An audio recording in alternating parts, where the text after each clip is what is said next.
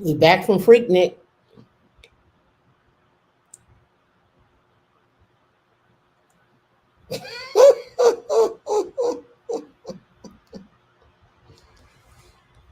How are you today? I'm good. You sure? Oh, absolutely. Okay. You're Absolutely. you're a little low, Am I low? a little bit. I can hear you, but you're a little low. Am I low? How about now? That's a little better. Okay. Just saying. Am I? I'm just saying. Oh, okay. You know, Mm-hmm. being out here in these Freaknik streets. Mm. Out here in the freaking streets. I'm like, what else was we were supposed to? It was literally Black Spring Break. Like we were it was our youth. I mean, come on. I've been all over the place. I have been to the spring break of other cultures, that Panama City, Florida. Yikes. You know what I'm saying? Like I heard that bike week. I didn't go to a bike week till I got a motorcycle, and it's two black bike weeks. Well, it's two bike weeks in Daytona, both of them crazy. Like Cancun for Memorial Day weekend. Who wouldn't? Miami Memorial Day weekend. Miami Memorial Day weekend. Who wouldn't be there? You had to be there. Now, not to say that you were participating in all of the shenanigans, but I definitely got an eyeful of all of the shenanigans. Did you know? Definitely, You got a tape. definitely. It ain't no fun when the rabbit got the gun because women were there, but we wasn't there by ourselves. So, all you daddies, granddaddies, and daddy daddies, they should be just as shook. But you know why I think they're not as shook is because of the double standard. They were saying last night, they was like, we just gonna accept it and move on. I mean, that's what I would do. Like, my thing is this: if you don't know what don't want anyone to see that, don't do it. Just don't do it. Like anything that's immortalized in pictures is bound to pop back up on you. It's just that simple for me. Anything immortalized in pictures. I was looking at some videos and under the comments in some of the videos, some girls was like, some guys have tried to blackmail them by saying if you don't, either give me some money or have sex with me, I'm gonna release this tape of More you. debauchery. Release the hounds. I'll be like, release the hounds. You're not doing nothing but making my stock go up. Go on, do it. Go on, release it because now you look like a turd. Go on, release it. What is that gonna do? Go ahead and release it. That's a whole lifetime ago. If you gonna cancel me and I was doing something with myself, enjoying myself in my 20s, whether it was You butt weren't naked, enjoying yourself, D.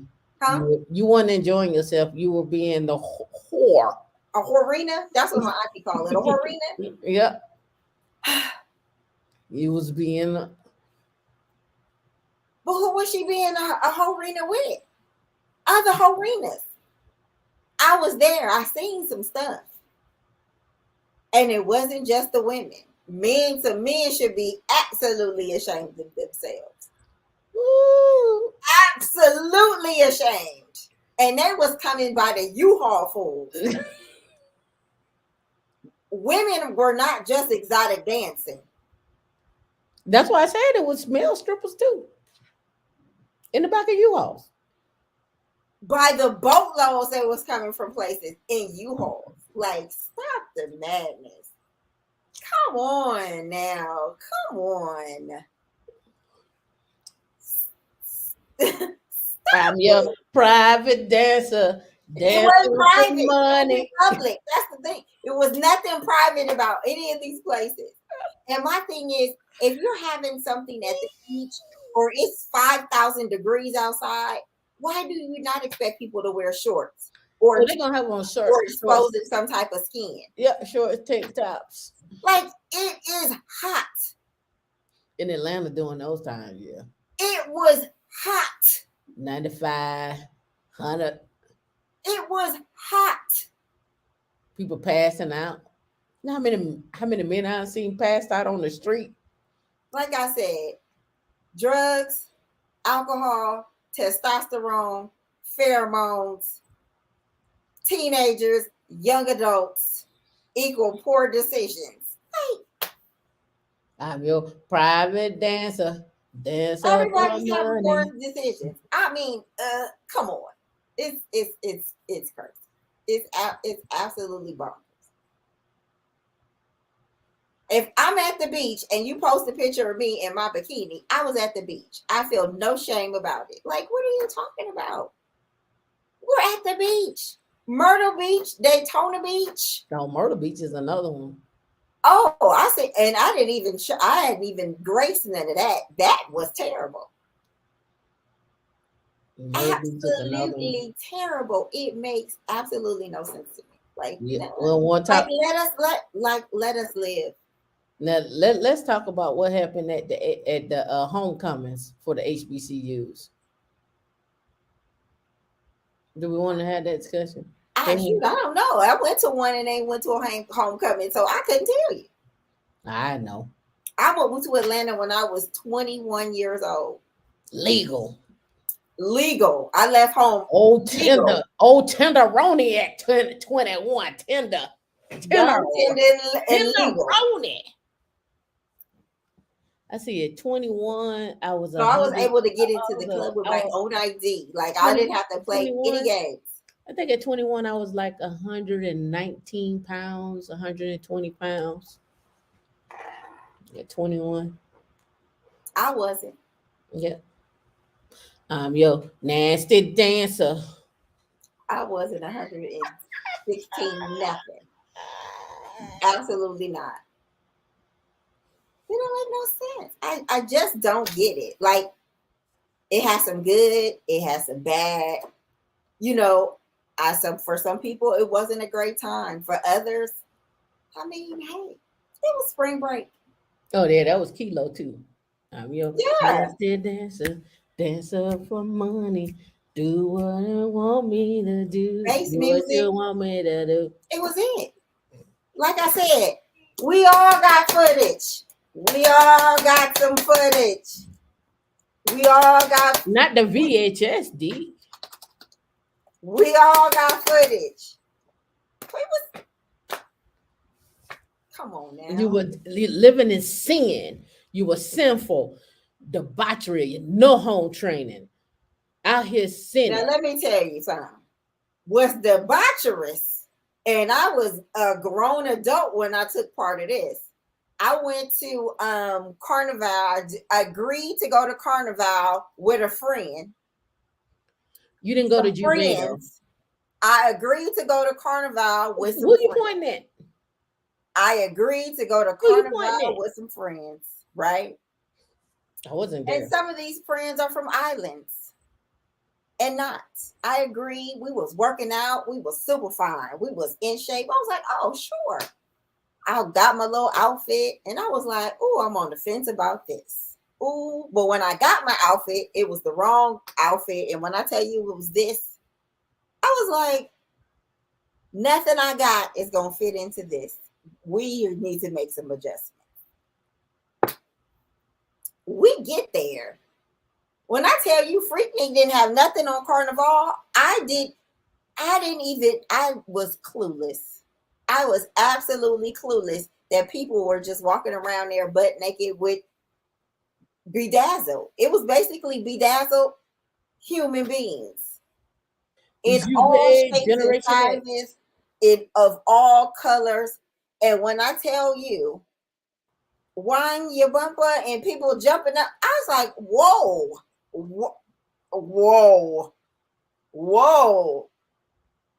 Did My your friend's outfit husband has a did your picture of outfit me in a did your moment. outfit look like this, D? Huh? Your outfit look like this? What you got up on the screen? No, ma'am. Absolutely no, ma'am. No, ma'am. No, ma'am. No, ma'am. Carnival. No, ma'am. That's not how my outfit looked. No, absolutely no, ma'am. Let's go. Was it Mm-mm. But 2017? I had to make some adjustments. It was called Generation X. Is the name of the See how team. she tell all your business. She didn't expand my horizons. I could have watched that on TV that whole weekend. I was like, OMG. And they have these things all over the world. Look at this. Look at the outfits. I'm your nasty dancer, dancer for money. Oh, Carnival. Oh, Underlay. and You it's have to all work it up, day. work it up, work it up, work it You up, work pull it up. up to the rum. You pull up, it's rum trucks, it's food. Like that's all you doing is drinking, eating, and winding bumpers all day. What's the That's problem? it. Why you march? That's all you But do. why you? What you complaining about? I'm not complaining. I'm just saying that's what you do. That's the But whole what I'm thing. saying, what's the issue here? I had to go put my clothes on by the end of when it turned dark. I was like, I'm going to put my clothes on. I'm over it. I'm So what's done. the issue here? It's not. You, You had a blast. your boot was covered. You had on stockings, I didn't have on stockings. We had on fishnets. fishnet stockings.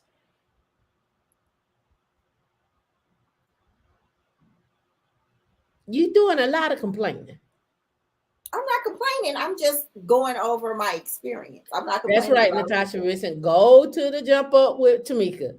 You gonna go with D. You gonna be bored because she gonna be like, no, no, no. I do Just not give me want no. something. I To, do give not me want no something to drink. strange men winding my bumper. Back up and beat Wind it. your bumper. Wind your bumper. Wind your bumper. Now I'll help bedazzle you. I'll help bedazzle you. I'm gonna be in the Oh, lawn D, you're chair. so boring. I'm gonna be in the. I'm gonna be in the lawn chair with the rum punch, taking your pictures and all of that. I'm gonna hold the pocketbooks. I'm D, not you so doing none of that. boring. I don't even like people like that. Not gonna do it. D, you so You're gonna boring. have to go with him. You are. D, you so boring. And I went twice. Let The me next time we let me went, I pull had it on my up. clothes. That don't matter. Don't matter at all. D, you boring. And I don't know what that is, but it's funny. You choose How to want boring to am be I, bored. Tamika? You still my friend You after all choose this to time. be How bored. boring am I? How boring am I? Am I really that boring, Tamika? You can't even look at me in my face. No, I'm not I'm that doing something. boring. Who she go on all the trips with? I'm not that boring. St. This is Bart. this is Not D. boring. Why are you telling these people these lies? This is you, D. D, No, stop. that's you when we go out of town. D, That is stop being so definitely you. boring. Stop being so boring. Wind your bumper, girl. Back it up, work it up, work it up, work it up, work it up, work it up, work it up. Ow! Nobody's safe. Work Nobody's safe. it up, work it up, work it up, work it up, Nobody's work it safe. up. Do you guys know Ow! where your stuff is at? You Dion, better let's know where your Dion, stuff is at. let's go to Carnival in Berlin. Let's go. Let's go to Carnival in Berlin. Get a 6-pack. Yes, Natasha. This and the cool part about the documentary, it's not even out. And I'm just like, what happened in '94? Because that wasn't the year I was there. What y'all doing? Why was '94 so special? Because like I said earlier, it started in 83. So that's why like somebody's granddaddy is in these videos. But anyway, it started in 83. But I think for 94, it was when Atlanta grossed 20 million from people coming to the city. Okay. And Okay. so it was a big economic impact versus people were saying that all they just do is come in here and do X, Y, and Z. And block up the city. Yeah, so Yeah. one of the bigger things about it was as well too. That was when Atlanta had won the bid for the 96 Olympics. So 96 Olympics was coming up. They was trying to change. They weren't trying to change. They changed the city. They had new construction going on. They doing all of that, right? Mm-hmm. Then after they did all of that, after new construction, the build out from Georgia Tech with Georgia Tech facilities, Georgia State got new facilities. They tore down Grady Homes. They changed the whole landscape. All the projects had to be gone by 96. And then on top of that, that 94 was also All-Star weekend. In Atlanta that year. Oh, okay. I see it because I know in '93 when I came to Atlanta, I was still in high school and we did a college tour of the AUC. And Freaknik, we left like that Well, Thursday no, it and was Friday. Minneapolis. It was Minneapolis. I think All Star might have been. Let me look and see what year. Yeah, because Basketball. Let me put basketball. yeah, because we went. I mean, it was starting and we were going home, and I was like, man, we are missing something. We are missing a party. In '94, I wasn't there. '95, I was there, and then I moved there in '96. So 94 was Minneapolis. I think Atlanta. I can't remember which year. Atlanta was one of them. One of them Freaknik years. because we did have an all-star weekend there in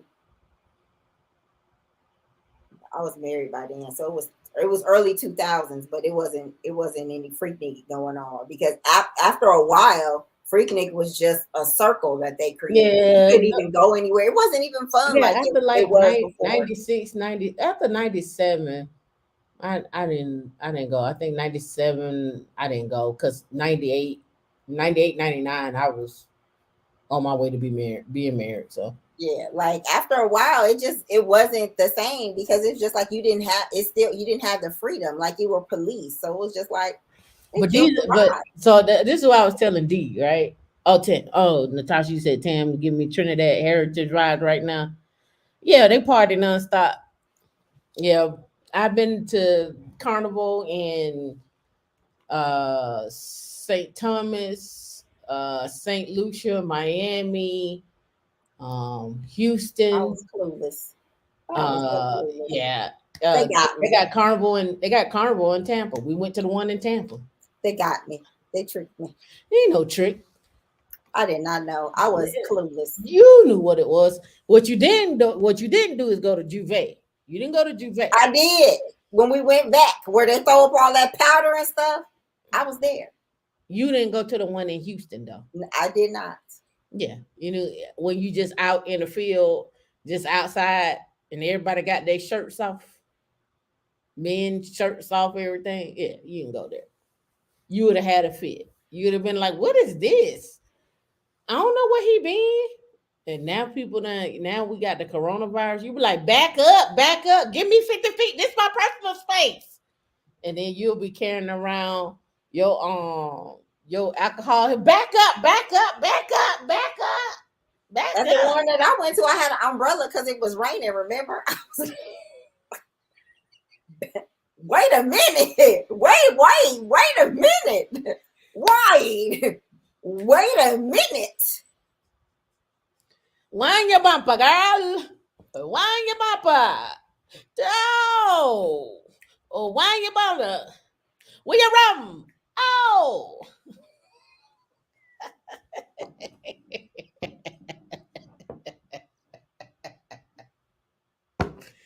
Dion, don't be that way. Listen, I need to have several seats. you need to march around in your outfit. I did. You need to put your frontline outfit on. I did. I didn't have And a choice. but next time we need to change it. We need to go to the one in Brazil and Trinidad. I You would just not gotta be be playing ready. mass. Why you won't be playing mass?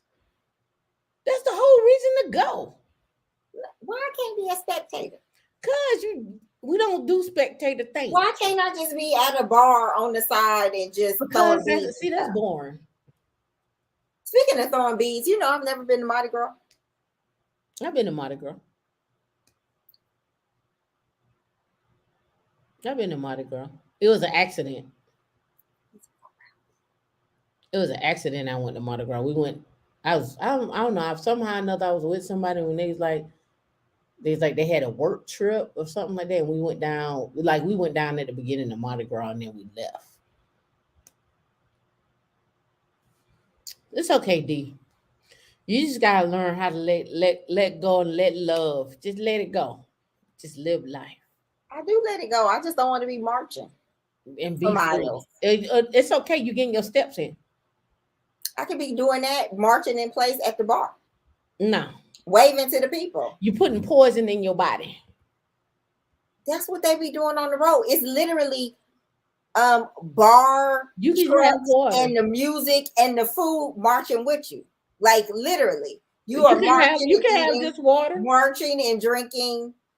The You big don't gotta trucks. drink. Drink some water. You got to stay hydrated anyway. You're gonna be marching for 4 or 5 hours. I know. I've been there. I hear complaints. I'm not complaining. I'm just saying everything marches with you. I'm hearing. I just want to go post up. I don't see what the problem is. I'm hearing complaints. That's the problem. No, I'm not complaining. Anyway, I'm just back saying to back to regular scheduled program. Thank y'all for stopping by. Natasha, I'm not going for your shenanigans neither. I don't need to be saved. I gotta save her, Natasha. She gotta be saved. To be saved. I've been there, done that, got the t-shirt in the mud, and I'll probably go back and do it my way. I want to be saved. Gotta save her, Natasha. She out here. Somebody gotta get the footage. That'll be me. Oh, you don't need to worry about the footage. We have cameras. I am the documentarian. No, we could put a camera on you. No. Yeah, we could put the camera on you in the front and in the back, so we can catch the front and the back. No. Yeah. Natasha. It's not gonna be. It's no. SVNS. I mean NVNS. Y'all gotta roll with me. We're gonna leave D behind. She gonna be the one that's still sitting in the hotel, talking about I gotta have my croissant and this, that. We're gonna leave her behind. And we're gonna be out. I'm not gonna miss out on anything. She gonna miss out. We're gonna leave her behind. We on. We doing it. We marching. We gonna be all in the video. Ooh, ooh, ooh, ooh, ooh, ooh, ooh, ooh. And she all in the video. Ooh. D, you can't take this attitude here, right? That's like Adrian had those pictures of us and we didn't even know them. It's okay. 2 years later, they just surfaced. It's okay. This y'all? Yeah. It's okay. You might be in the documentary. What documentary? They claim in 94, but they're gonna pull from all the Freakniks. They're gonna piece it all. I was behind the camera. I didn't do anything that I am not. That's okay. Somebody could have got you filming. Again, I wasn't doing anything that I'm okay though. It's okay. I'm just saying you could again. I'm not doing nothing I'm not ashamed of. So you were just a casualty of war. That's all. I might be hanging out of somebody's car, maybe, or in somebody's roof looking. I might be, but other than that, that's normal stuff. So what you're saying is you was not in the back of a U-Haul on a pole. Not. I was what? You weren't in the back of a U-Haul on a pole. You can tell me now before the film comes out. It's not gonna ruin our friendship. I ain't gonna look at you any kind of way. You wanna tell me? Speaking to the mic.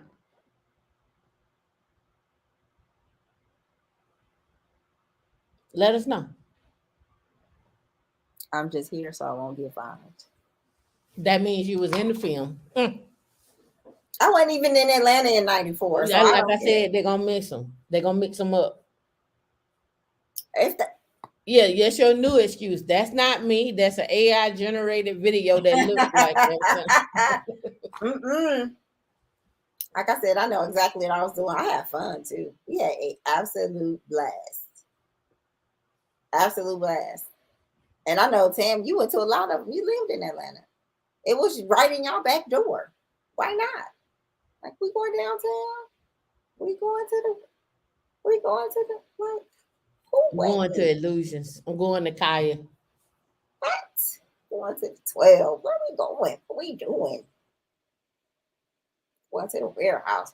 We going everywhere.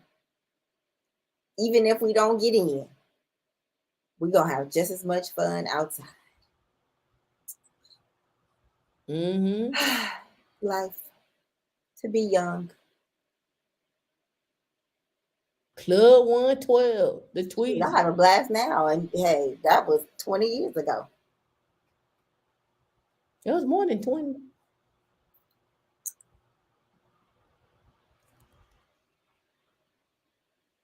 Like I said, it was 20 years ago. 30. It's 30 years. 29 years ago. 29 years ago, there was this time called Freaknik in this place called Atlanta. I don't know when did it win? Atlanta won the the chance to host the Olympics. I can't remember what year that was. Mhm. And that it'd never be the same. It was forever changed. And it would never be the same. I don't think they ever got it back either ever since, you know, the thing What? that happened. The thing that happened.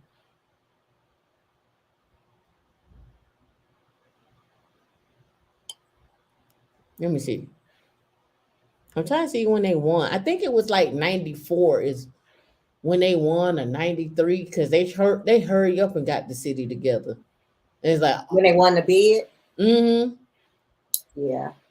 There's like all you Negroes get out of the city, which is Yeah. now. I mean, when I was there, they were doing construction and stuff. But like I said, I got there in '96. That The end was of, the year of the Olympics. So yeah. you got that when it was everything was busy. But yeah, it was a great time. I think after the bombing, I got there. I don't think you could say that on the thingy. Oh. Yeah, I gotta think you gotta use a different word. That's why I said you know what happened. Now Oh, speaking I of, didn't know. You yeah, know I'm clueless. I don't know nothing about these YouTube streets. and now speaking of that, this is what I also saw online, and then we're gonna get into the show. Um, there's a couple of people that was out there was like, oh yeah, I told you about this. I live downtown and I moved from Chicago down there. And the people were there and the women were out there, they're just doing their thing, and they were you could tell they were uneducated and never read a book. I don't know why people come from like the We north. was there going to school. I We don't know was why there. people come from the north and come to Atlanta, and this happens all the time. Like this is was an ongoing beef growing up, right?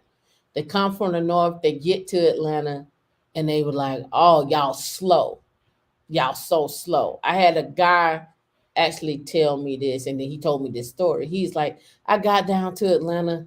I'm coming from Philly, and I'm like, yeah, I'm about to do the thing down here in Atlanta. I'm gonna show them how to do whatever, whatever. I'm gonna tell them what to do, da da da da da, so forth and so on." He said he ran. He said, "Man, I ran up on these little dudes," and he's like, yeah, he's like, I knew I had them. They just look like country bumpkins. They were slow. He's like, they jumped me. They took everything. He said they jumped him. They took all his money. They took. He said they took all his money, and he said one guy was like, at least leave him some socks. So they took his money, they took his clothes, and left him some socks. And he said ever since then, he's like I got mad respect for folks down in Atlanta. But there's a lot of people that come down south, and they always be like, oh, They slow, they ignorant, they uneducated, they don't know nothing, they ain't never been nowhere, or they don't know how to read, they don't know math, and they do it all the time. Yeah, And then your dialect does not mean you're uneducated. yeah, and then you get to mixing inside of the city, the culture, the environment of Atlanta, and then you realize that there's layers. There are people who don't have education, that don't value education. There are people that things have happened to them that they're homeless.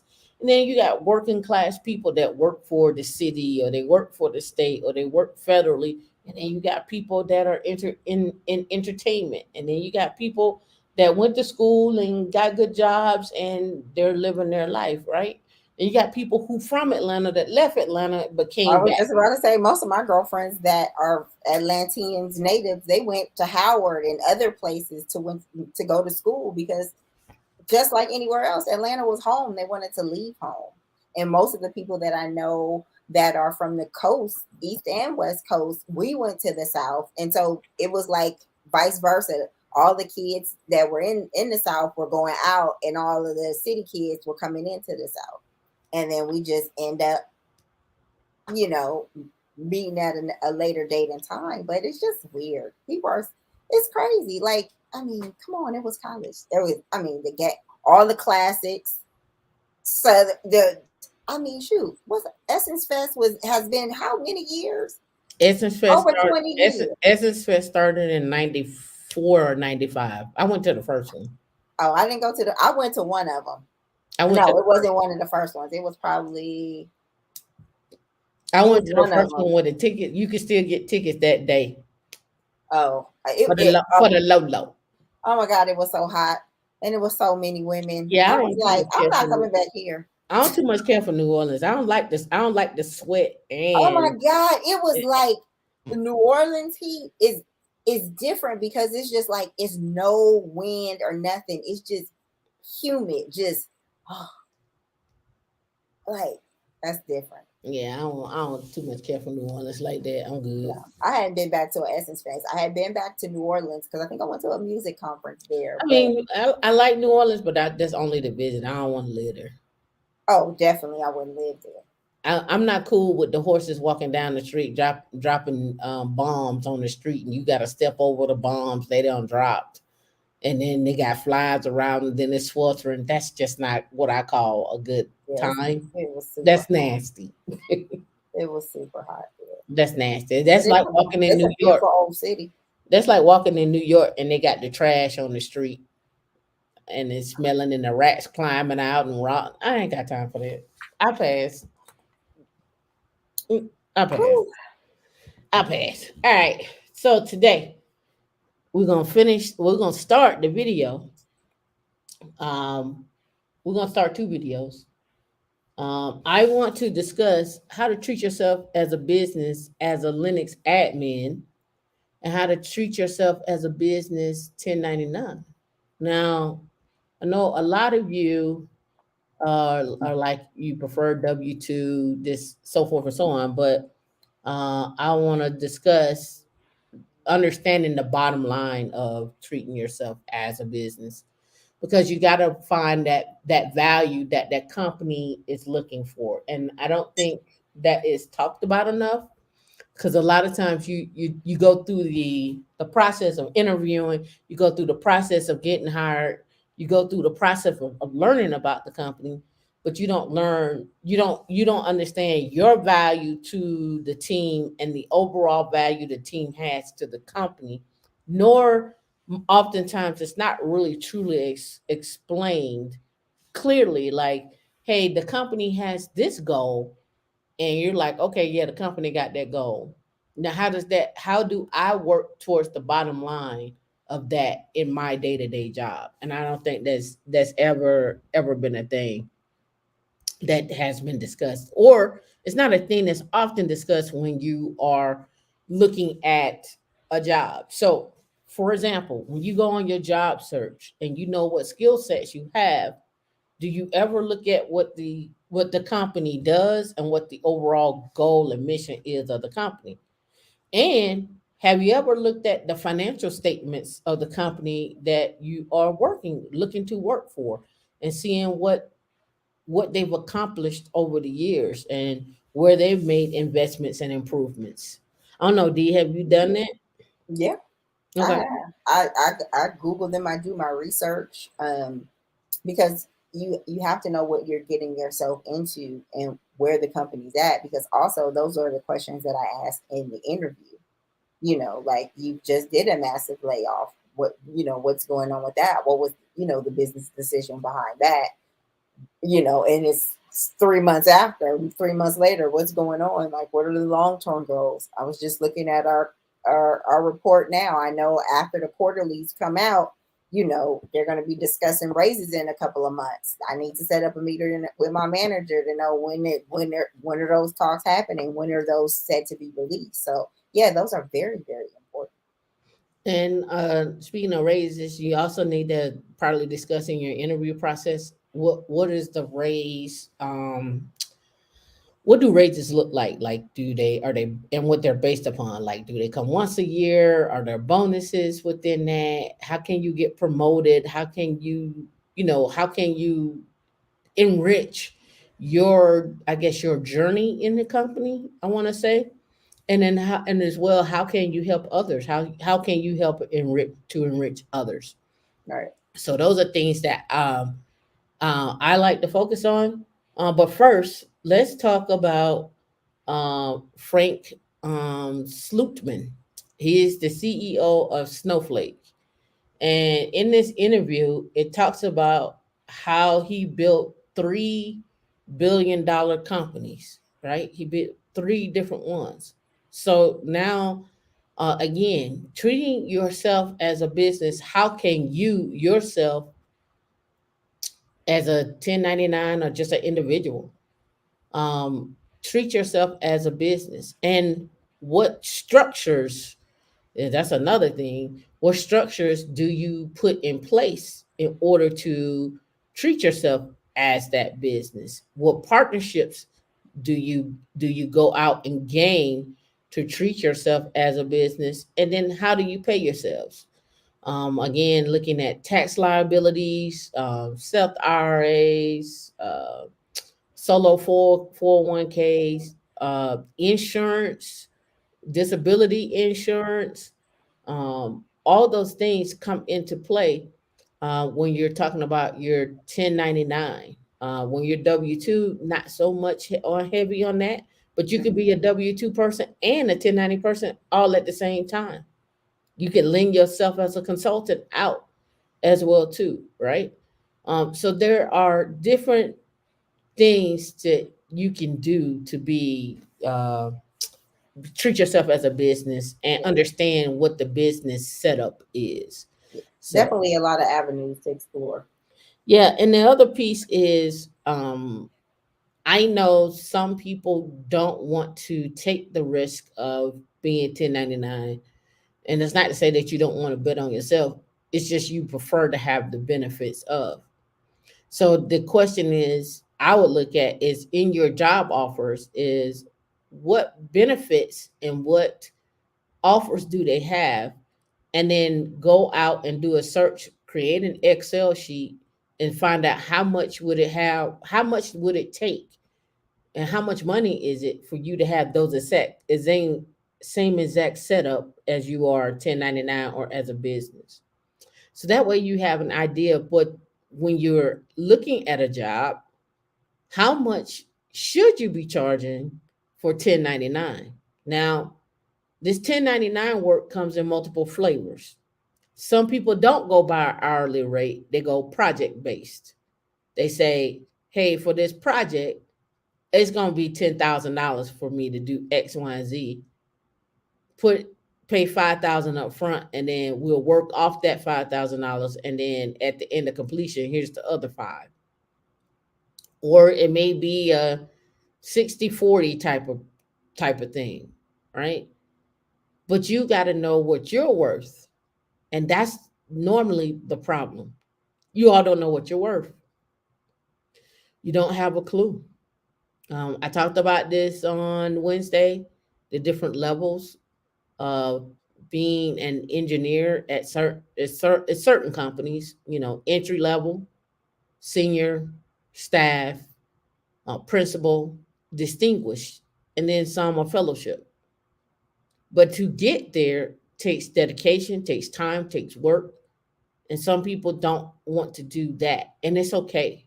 Some people just want to go to work, get a paycheck, go home. And that's fine.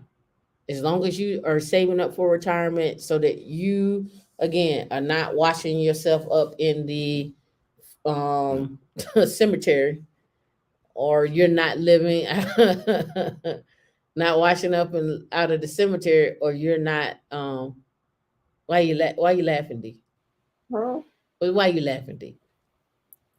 Because you said washing up in the cemetery. Like, who want to rest their pocketbook in the cemetery with the spigot? Like, and in the cemetery with your tussie. with your test, y'all like that lady said in the video, you sent me your Uchi. Get your Uchi out of my kitchen. You can't do it. Women, we don't know. No. Even a man, I don't even want no man over there washing up his dishes in the cemetery. Please handle your business. I know we had a question in the other show, and they had basically doubled their salary, and they're like, can I, now afford designer goods? Yeah, you can buy whatever you want, but at the end of the day, did you handle your business? Did you make sure that you were okay first? Did you put your allocations aside and everything? Because you can do have anything you want, but it's a price tag, and are you willing to pay that price tag? You can pay it now, or you can pay it later, but you don't have to pay it. So, all right, so let's get into it. I have not watched the video, so this will be not necessarily a live reaction, but I'll probably add more to it. And then we're gonna get into the video about understanding from like a CEO, CFO, CIO perspective, C-suite, about the business value, the added gain. And then I hope you all are able to take notes, because then we can go and look at a company and look at we can go look at Snowflake, or look at even Amazon, or any company, and look at the financials of that company and the value add you need to have for yourself as you enter into that company, or the value add you need to have for yourself after you exit a company. If you haven't worked in a position for at least 2 years and you haven't gained any new skill sets, you're doing yourself a disservice. You are academically abusing yourself. You are actually putting yourself in a place of being out of the market versus continuing to stay in the market. The skill sets I talk about are 10-year, 20-year skill sets. If that's not something that you want to do, because those things are going to change, they're going to be updates to those products. And something else new is going to come out, this, that, and other. And you got to be abreast of that. And the quickest way to do that is go to a conference, attend some meetups, read books. Nothing like a good technical book, good old boring technical book. Put you right on to sleep. But it's a necessary evil. It's a necessary evil. All right, let's get to it. Yeah, it's at the beginning. Let's go. Always asking us, and they say, hey, you've had three really successful companies. There must be a secret here. Okay is terrible. You want great. You want fantastic. You want wow. Everybody is just excited about it. This is how you create energy in an organism. Hold on, make sure the volume up. Yeah, it's up. now what is this video about? It's about This video again. I'll go back. This is the CEO of Snowflake, and this is how he built $3 billion companies. Okay. Yeah. we're not going to go slow. We are going to go as fast. This is not. All right. So the first thing he said right here, right? That's important. So leadership is about no, we're not going to go slow. We're going to go fast. So this is one thing that happens when you move into different companies. Everybody has a cadence. Every cadence is different, right? And so, I mean, and that cadence is different in every company. Some teams move fast, some teams move slow, some teams move moderate, but you got to figure out what their cadence is. And when I say their cadence, I'm not talking about just the sprints. I'm talking about I'm referring to, okay, hey, we're making a shift and we're getting ready to do this. And so since we're doing this, it needs to add bottom, it needs to, your skill sets need to match up or have the ability to match up with that transition. All right, so what does that look like? Well, a good example would be Meta said, hey, Facebook is cool, but now we want to do AR and VR. And so now it's a hire of AR and VR. There's a pipeline for the talent. There is servers that need to be created. There is projects that need to be created. Somebody need to manage it. We need to get people skilled up and ready to go, and we're ready to launch. What does that look like? Some people are not good at change. So, and this is another thing, if you know you're not good at change, don't go work at a startup. just don't just don't do it. If you know you're not good at change, don't go work at a startup. Especially rapid change. Yeah. Like one in a day. Like what came in that morning will not be happening that evening. Like very rapid change because they are nimble and they are preparing for things that sometimes you don't even have a clue. And that's most of the time is to sell. And when So I and when I say a startup, let me be clear, because some startups have been running for 10 years and they're still startups. They haven't necessarily IPO'd yet. I'm really talking about startups that are um, fairly new, 2, 3, 4, 5 years, somewhere in there. Drop a one in the chat. Let me know if this makes sense so far. Because I'm not sure if you understand or if you're lost. I just want to make sure that you understand. The other part of the rapid change is that doesn't get talked about is security. Yeah, it's security. Security doesn't get talked about because it's usually an afterthought. But it's an afterthought because, again, normally it doesn't follow what the bottom line is that that company is looking for. So how do we fix that? How do we fix that? Right. So let's get back to it. Is about, no, we're not going to go slow. We are going to go as fast. This is not a popularity contest. Struggle and failure is not just normal, it's the norm. I mean, failure and struggle are very, very common. Successes are rare. I'm Frank Slootman. I'm the chairman, CEO of Snowflake. Snowflake is a data management platform that was completely redesigned and reimagined for cloud scale computing. First of all, Snowflake grew from 0 to $1 billion in revenue faster than any company in history. I've been here almost exactly 4 years. Before that, I was the CEO of ServiceNow. I've been doing this kind of. All right. So the CEO of ServiceNow, he's been around with Snowflake for 4 years. They grew to $1 billion. That question is how. You should be taking notes on how understanding failure. It's okay to fail, but how do you regain your own trust? Because what happens? Because I do it. When I fail, I feel like I didn't study hard enough. I have distrust with myself, and I feel like, okay, I know I need to go back and do it again, but how do I go back and do it? Well, how did you study before? Maybe I need to change something. Maybe I need to get with someone and have a working session with that person. Right? So those are things that I've learned about just failure for myself. You probably have something totally different. But again, do you need to change something? We're in these study sessions, or how are you studying? Do you need to change something? Right? That's the thing you got to ask. All right, let's get back to it. For the last 20 years, so it'll be time to hang it up one day, but not now.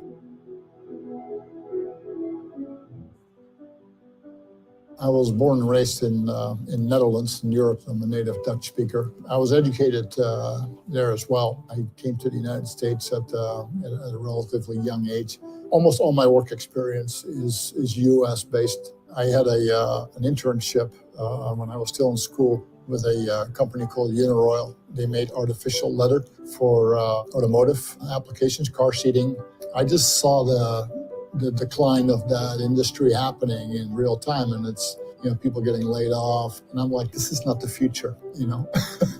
I learned from that experience is that you want to step into an elevator that goes up. You don't want to step in an elevator that goes down, because the elevator is going to either go up, it's going to go down, or All right, so the elevator is either going to go up or go down. How do we determine that before we get into the situation of working for this company? Well, your financials should tell you that. What they're focused on and what they're moving should tell you that, right? And you should be telling yourself, as the person who is either W-2 or 1099, what elevator are you stepping into, right? And where's this elevator going, up or down, right? So if you're stepping into 1099, okay, who is my target focus or my target audience that I want to work with? What are my skill sets? I think I showed y'all the mind map of having your skill sets. Then rate your skill sets. Then once you rate your skill sets, then look at companies that actually align with your skill sets and the business value add that you want to add. Ethics plays a role in it too for some people, right? Ethically, I want to work for this company. Like, some people would never do defense contracting because they're like, there's no way that I could be spying on other countries. There's no way I will ever work for a company like that. So, have you ever worked for an Amazon, a SpaceX, um, any of the bigger brands, Fangs or whatever they want to call Fangs, Mangs, Wangs, whatever they are now? They probably more than likely have gotten some type of government assistance, government contract, or what have you. So you pick your poison on that, right? All right, let's get right to it. move. You can't do anything about it. So you need to choose very carefully, what kind of an industry you're getting into. You want to be in a growing, expanding industry because that's where the opportunities, will be.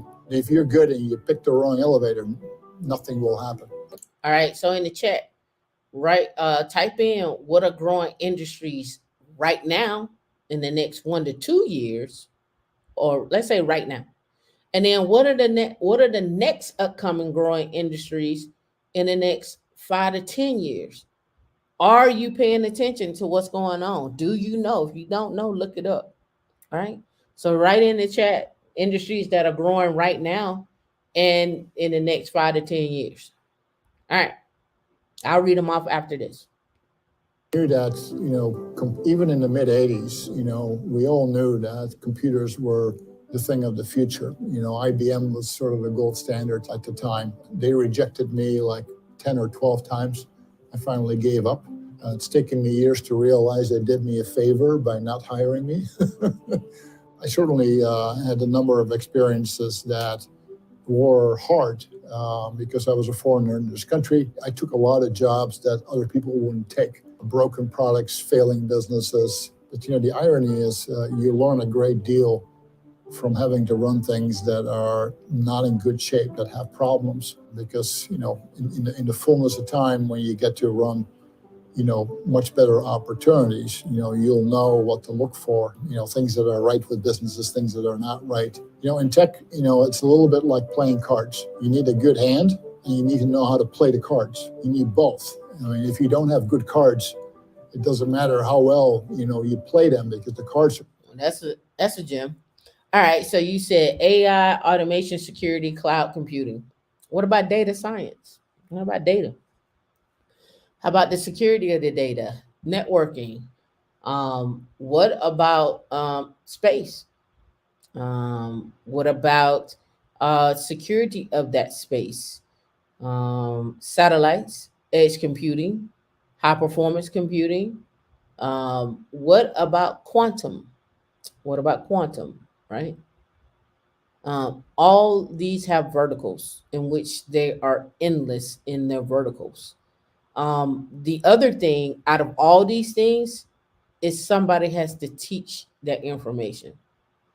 So just along the lines of structural design and so forth, right? Along those lines of structural design. So now, with that being said, like he said, you have to know, you have to have good cards. It's two things, because normally we start with the, I got these cards, and this is how to play it. But the cards aren't good, so you, no matter what, you, the outcome is not going to be as well as it could have been. So how do we get good cards? How do we get the better options, as I like to call it, so we can have better results over here? Right? That's your network. That's your constant training. That's really a trust in oneself. All of those things are things that you all are going to have to work on obtaining, whether you're W-2 or 1099, whether you're W-2 or 1099. Well, let's look at it from a 1099 perspective or business perspective in this case. All right, let's get back to him. Good. You have good cards and you know how to play them. That's the perfect combination. ServiceNow and Snowflake had product market fit, but they had to be massively expanded. We couldn't stay where we are. For data domain, it was about figuring out product market fit. How do you get that? That was my first CEO role, and it was a startup. It had 15 people. It had no revenue, no customers. It was unproven. We didn't know whether it was going to be a viable opportunity. You know, I still remember signing the first contract ever, you know, for that company. It's like $5,000. Amp It Up is the title of the book. People ask me, what's the message of the book? I said, the message of the book is the title. You know, I wrote the book really to answer a question that people were always asking us. And they say, hey, you know, you've had three really successful companies. There must be a secret here or a playbook or something. The premise of the book is this, okay? There's opportunity for organizations to take up in almost every realm. Every conversation that you and I have, every email that we write, we have a chance to focus, intensify, and raise the quality and the speed and the intensity and the urgency behind it. It's an opportunity that you have, but not necessarily an opportunity that everybody takes, because people get tired. They just want to check a box. They want to move it off their desk. They want to go home. They want to have a drink. So they're not concentrating hard enough on the opportunities. You know, the first place. And let's pause that. How many of y'all concentrate enough on the opportunities, or you just concentrate on an opportunity? D, what about you? Do you concentrate on multiple opportunities or just one? Based on my partnerships, I've been focusing on multiple opportunities, but they're in a specific industry. So you want to talk about those partnerships? No, Okay. I don't want to talk about them because they're in progress, and I am still working out some flows, some ebbs and flows in my brain when it comes to, you know, processes and procedures and things of that nature. And I think we've touched on them here before, but you know, right now in this show, one of my biggest priorities in business is focusing on, you know, women in Linux in the programs and product offerings for I our just, community. I just want to say it sounds like your partner sucks.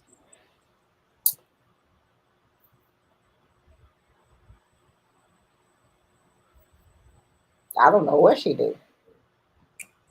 Your partner is a she? Yes, I have a she partner. I have a he partner. I got a lot of partners. Your partner sounds like Tat Tat and Doodoo. All right, Tat Tat. All Tat Tat. right. So the name of his book is called Amp It Up, and it's leading for hyper growth by raising expectations, increasing urgency, and elevating intensity. It's a first edition. It is out on Amazon. You can get it on an audiobook too. I may get it on an audiobook because I don't want nothing delivered. So I'm probably going to get it on an audiobook. Snowflake, he just gave me a shameless plug. Hmm? I said shameless plug. Oh, he mentioned it in the thing.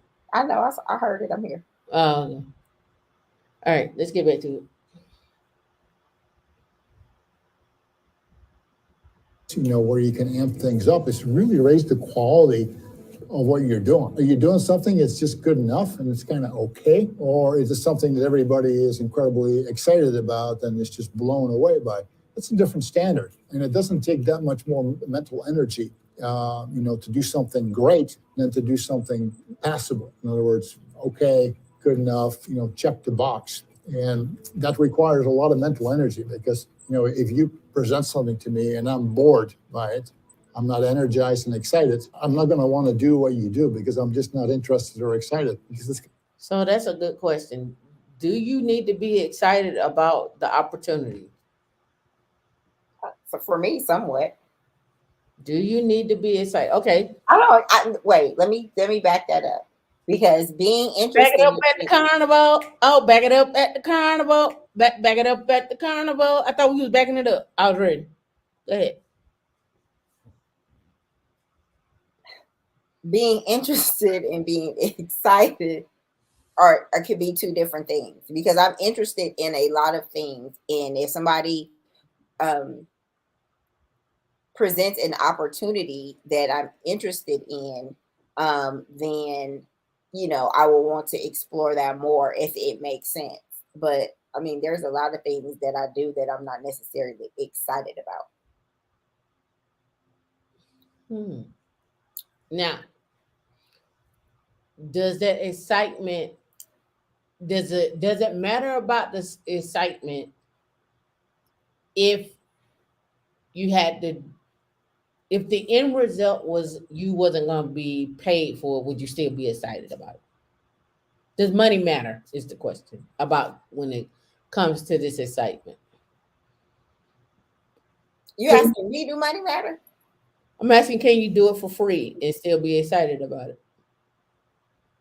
I mean, it depends. I think I've done enough free stuff to be excited about. Like I've and I still do things gratis for people. You know what I'm saying? Just on the lookout because at the end of the day, I'm excited about helping people realize their vision or helping them with some type of direction. And for me, that's also community building, and it's also what do you call it? That's is volunteering. Like that's part of your community. You know what I'm saying? Like if there's something that I have that can help you get to the next level, and then it's in my ability to do so, even if it's a little time, if it's an hour, or if it's a resource or something like that, that does excite me because I want everybody to realize their dream.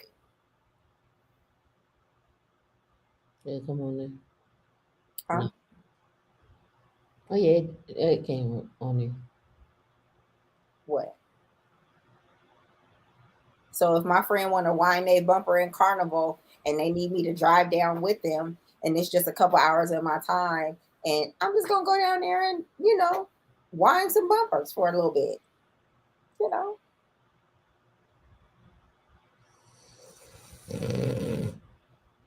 Drink a little rum, eat a little rice and peas. So Charlene said yes, or you will lose focus.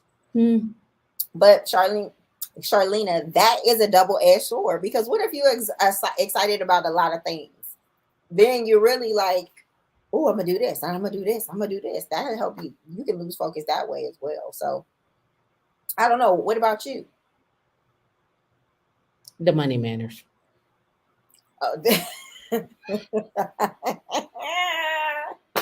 The money matters. I mean, I get it. Right. I mean, at that stage and age, there's, Golden Acres is calling. And,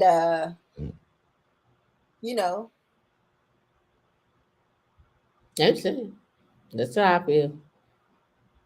We want to do things, we like fast cars, you know. Ye- You like fast cars? I do. I do. I like planes, trains, automobiles, anything with a motor in it. I'm pretty much want to see what it Lady said when it comes to work and the money, it's important. do. She said, F your excitement. Hey, I am definitely not mad.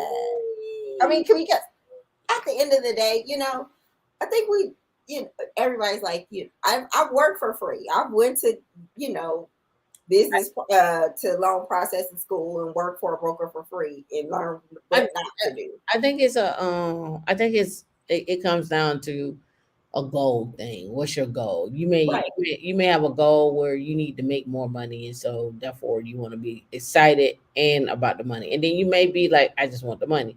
And then you may be like, I don't need the money, so whatever it is, it has to be exciting for me to do um outside of my normal day-to-day task as well. So so Yeah, it's that's a lot because I've worked for a lot of places where they sell you that it's going to be exciting, and they want you to drink the Kool-Aid and stuff, and when you get there you like, oh, I've been tricked, I have been duped, you can been do.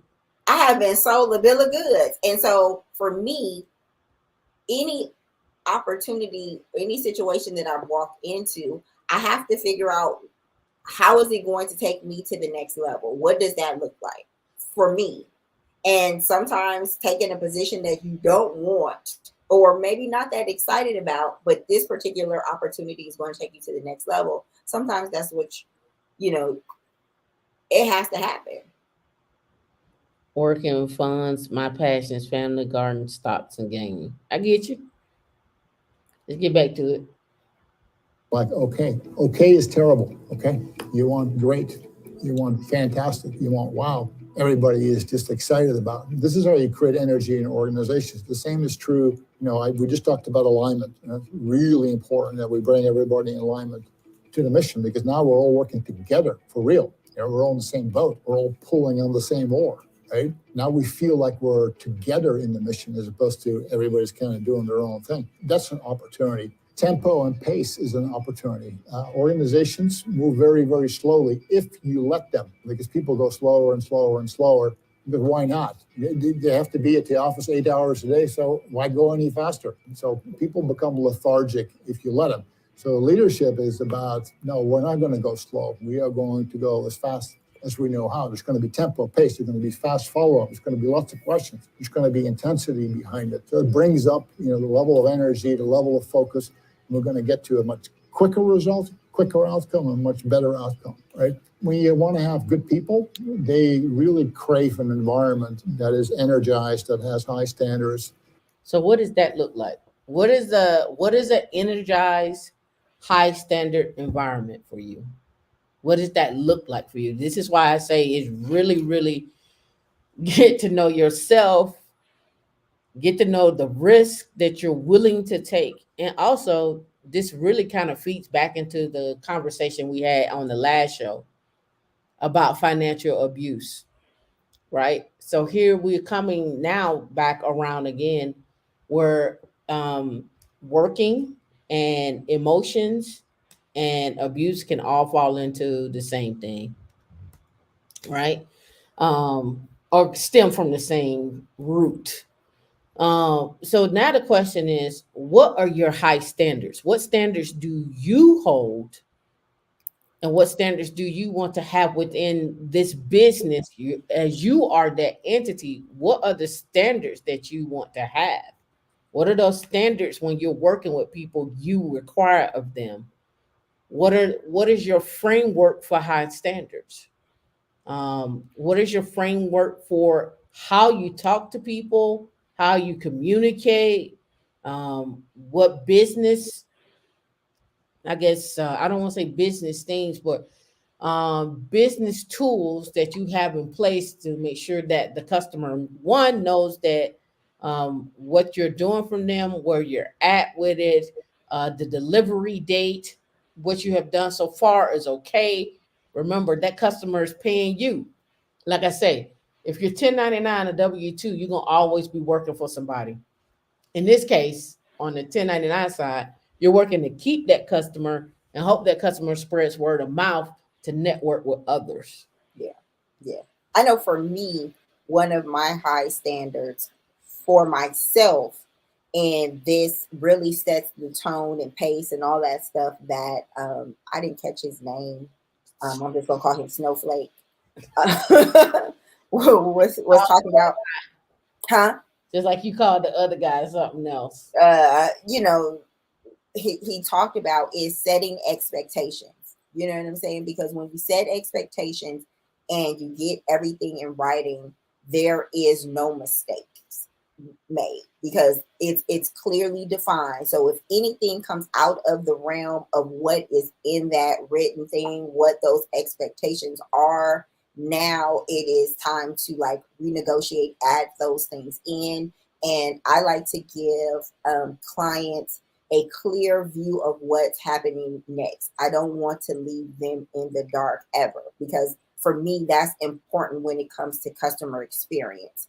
I've dealt with a lot of people individually, and telling them nothing is a problem when you're dealing with individuals, when you're dealing with their money, when you are helping them grow their business. Being left in the dark is like a totally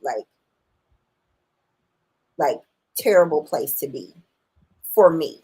And then also I know what I need if I'm being provided a service. You know what I'm saying? Like I want people, I don't like to micromanage or anything like that, but I want people to realize their best selves when it comes to their offerings. You know what I'm saying? Like I'm going to research your company, and I'm not going to sit down with you and be like, tell me about your company. When somebody's trying to sell me something and then they can talk about tell me about your company, it's a red flag for me because now it's like you're not asking me what am I looking for, what are my plans, what is the 5-year goal, what are the holes, why are you interested in us at all. It's like, tell you about my company, that's a waste of my time. You should be telling me what I need. So the other flip side to this too is what to put in writing as you start making these partnerships and business plans and things, and you're starting to hire people, you're starting to network with people. You may be JV, on a particular deal. What's going to be your cut? How do you value that? How That's do you joint venture. sustain? What'd you say? Joint venture. Yeah. So these are questions that you should be asking, because maybe you can be a consultant on somebody's existing project, or maybe you may come in and be a coach on an existing project, or maybe you coach a team, but you're doing it all under a business entity that you have set up. But there's so many things that go into all this. We're not going to have time on here to do everything, but I'm just trying to give you a view of what that can look like, and help you get started on that, right? Again, ranking your skill sets is going to be important, and it's also going to be, as you go through this journey, my advice would be to get a CPA. Yeah. And my other advice would be to just take a financial basic business class, so you know what the basics are. And then and your job now is like a big training environment for how to do a business. Like sometimes you have to, companies are so big, sometimes you have to step out of that because you are in a department for so long. See how they prospect for clients. How do they go about getting business? Who's on that team? Look at the company's marketing materials. How do they market? What is it? What is their sales copy? What does the marketing department look like? How do they collect? How do they collect on account? Who is servicing these accounts? What role do you play? Who are you intertwined with? Who do you talk to every day? What does that look like when that leaves your department? And who is wrapping that up? Who holds that client's hand the whole way through? Like your existing job, your existing role, it holds so much opportunity for you to learn business if you don't have your own business. You need to be soaking all of that stuff up. Absolutely. Look at those things because they pay a lot of money for marketing. They pay a lot of money for sales. They pay a lot of money for you. They pay a lot of money for all of these departments. And so, they're integral in their own way. You need to know the who, the what, the when, the why, the how. Those are all the questions you need to ask. Who's doing it? How it's supposed to run? When it's supposed to do? Who gonna show up? Everything that you can think of. Because at the end of the day, you don't want to leave anything up to interpretation when it comes to your money. Because what happens is, as a new business owner, as a new business, sometimes you want to so bad get the business that you end up shooting yourself in the foot because you lose confidence and you end up losing money and your bottom line. So you actually doing work for free when that's not what you agreed on. So you have to be very, very careful and confident in what you have to offer. And sometimes, yes, you got to fake it till you make it. So did you breathe when you was talking? No, you don't breathe. So I learned you don't breathe. Because I don't think you breathed for the last 3 to 4 minutes. I don't think you caught a breath. Could be just me. It could be just you. It could be just you. I don't think you breathe. But did y'all take notes? Is the question. Did you understand what she said? Said for D, put a 3 in the chat because she likes the threes. I do like the threes, but I do like business too. I do like business. I do like business. I like growing business. So I'm passionate about it. So I did breathe. I don't think so. Did I breathe? Put a 1 in the chat if I didn't breathe.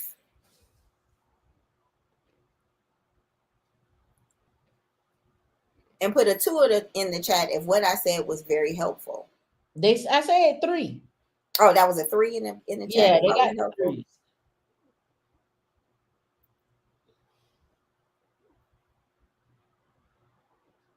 A lot of ones coming through. That's you, crank. A lot of ones coming through. I see a lot of ones out there. That you crazy. So how many of you guys have a full-time job and are doing 1099 work on the side? And it doesn't have to be, you don't have to have an official business, but you might be just contracting yourself out based on the work that you do.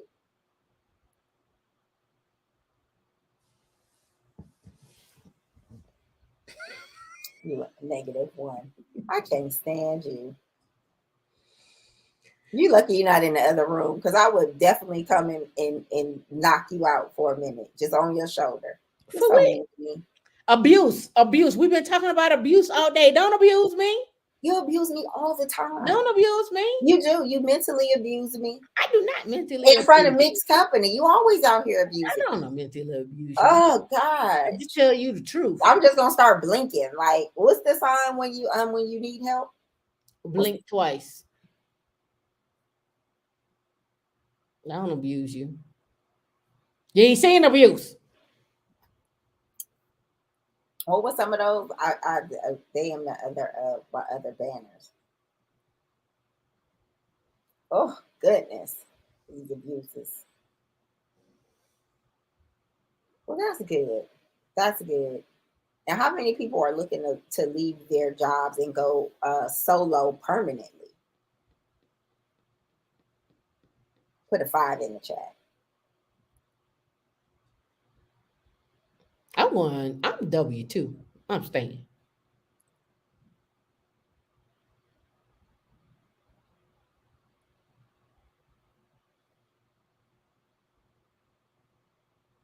Now, sometimes it's one of those things where, a lot of people, they want to go out on their own. But sometimes going out on your own, you work more hours. Most of the time, you work more hours than your 9 to 5. Shalene Like I said have she an on the fence. accountability partner for working out, and she asked me about my me time, and she's like, "Do you have me time?" And I was like, "Well, what do you consider me time?" And she was like, "Well, when you just kind of unplug and there's no devices and no distractions and nothing." And I was just like, "I don't have any of that. You do it all the time. When do I do it? All the time. When do Let's sleep get, does not count? we're not talking about sleep. Let's When get do I have me time to be good? every The day. last time I had some me time, Every day. besides this morning.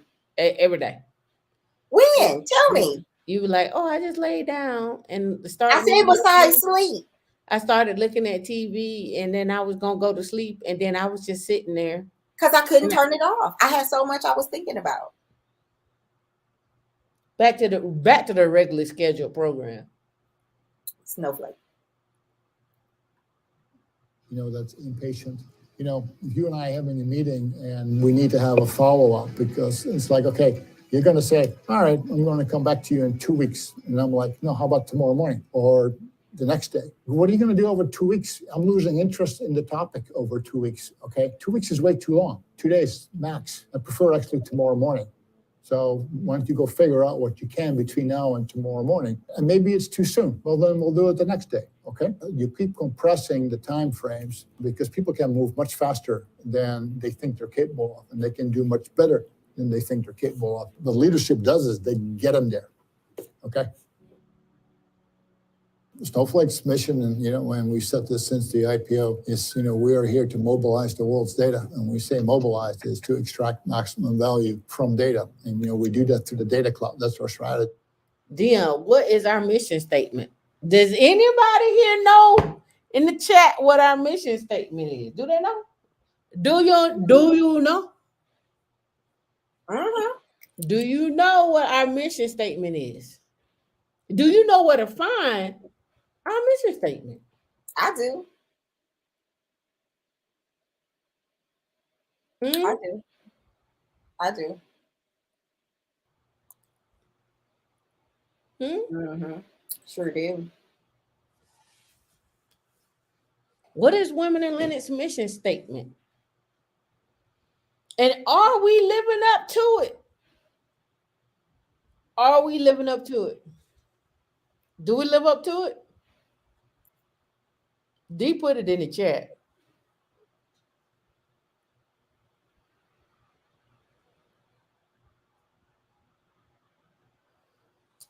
I'll move this to this and then I'll bring it over.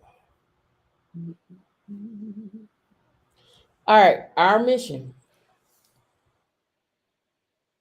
Women in Linux mission is to address the gaps in tech diversity with actionable solutions. Do we do that? Do we give you actionable solutions? Things you can log off on this live, go put it in play today. Right? Next, connect. By building community, we use the power of the network to help women enter into Linux careers. We also help men too. Do we do that? In multiple careers, I should say. Multiple careers. I think we got that covered. Learn. By offering video courses, live classes on Linux, we provide our community with the skills hiring managers need today. Do we do that? We even have hiring managers on that, from blockchain to SRE to folks in Hawaii with Revacom. We've had plenty of people on, right? Grow.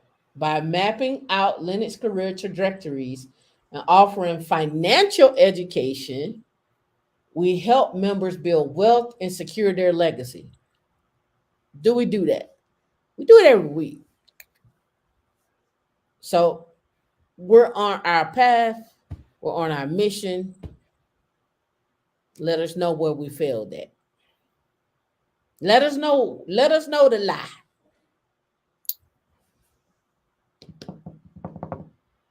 And then if we are lying, You got to come with a solution, and because we know there are some holes, and we are very, very Some honest holes about or some holes? the hole. Some Use a hole. holes. Some holes or some holes? What you said? I can't stand you, but No. we're growing. It's going to be growing pains. Definitely. But I think we're honest about where we at and what we need, and how we're going to get there. What do you think? So let's just, I'm gonna put a poll up in the Slack. Maybe can I put one? Or I have to create the poll before we do the show. Anyway, let's just ask the question. Do you feel, or let me not say feel, have you gained any financial education and career trajectory education by attending our lives or our meetups? Anything that we've done, do you feel like you've gotten some value add to your everyday life? Put a 1 in the chat if you feel like you have. Put a 2 in the chat and be like, yo, you need to improve. You suck. Let us know. Put a 1 in the chat if you feel like we added value. Put a 2 in the chat if you feel like we didn't. And then too, if you don't feel like we're adding any value, what brings you back to listen? Because I'm curious, like It may be the petty tea. it may be the petty tea. It may be the fierce glasses. What is it? What keeps you coming back if you're not doing any of the steps that we recommend? Because it's not financial advice. We're just, two binary hustlers, sharing some information, growing the community. It's the petty tea in me. Like I said, hello. And make sure you guys go ahead and hit the like button. Go ahead and Let me see. do you share Women in Linux? Do you tell people that you come to this space and the information, or do you just hoard the information for yourself? You like they not ready. I hoard the information for myself. No, you don't. Yes, Sometimes I wish you did, but no, you don't. That's just not your nature.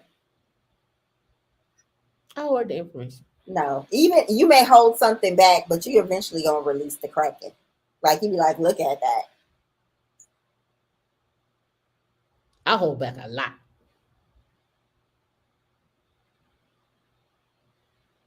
Ooh, what? Everything. It's the petty tea in me. Let's get back to it. So smart money chick. All right, let's go back to old Frank.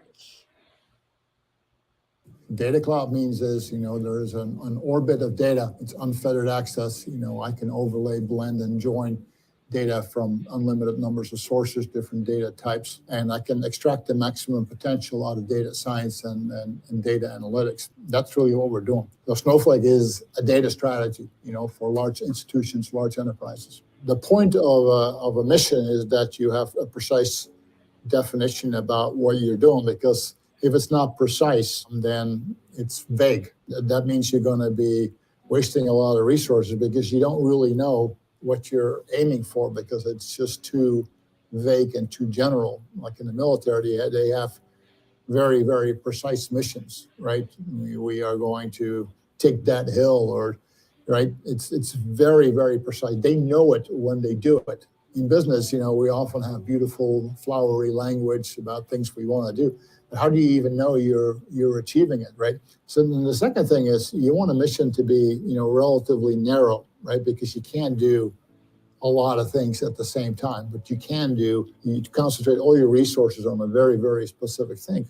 You have really the opportunity to achieve that and relatively quickly, because the narrower the plane of attack and the more resources applied to it, more likelihood, that it actually is going to happen. So this notion of mission posture also protects you against what we call mission creep, where the mission is creeping. It's getting bigger and bigger and bigger and bigger. You want to keep it very tight.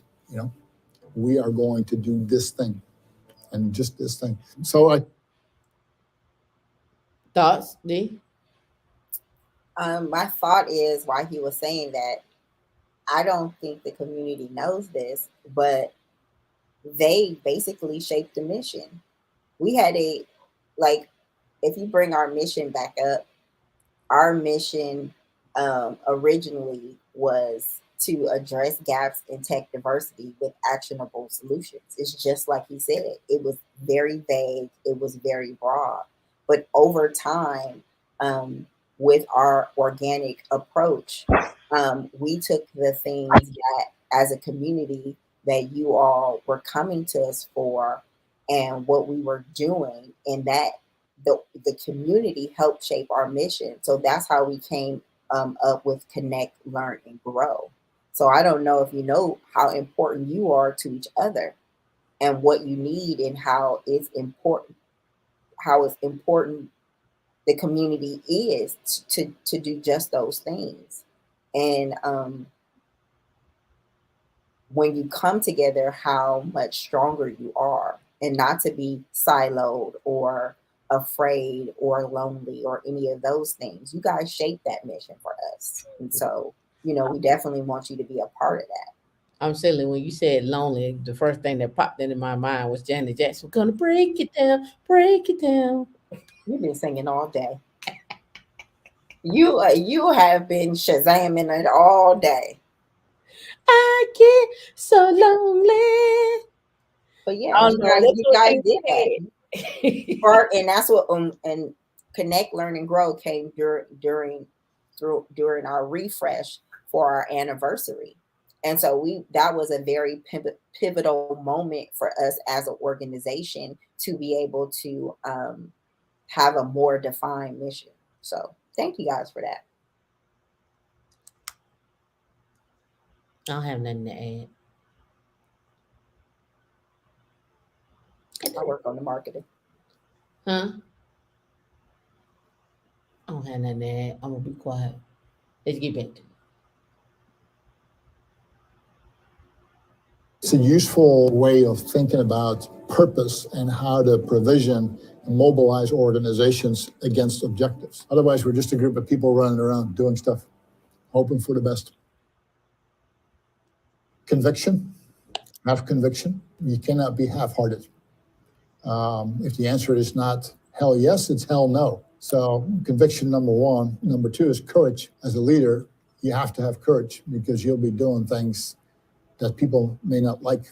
And you're not here to please or appease. You're here to lead. You got to bring people along, even when you're doing things that are.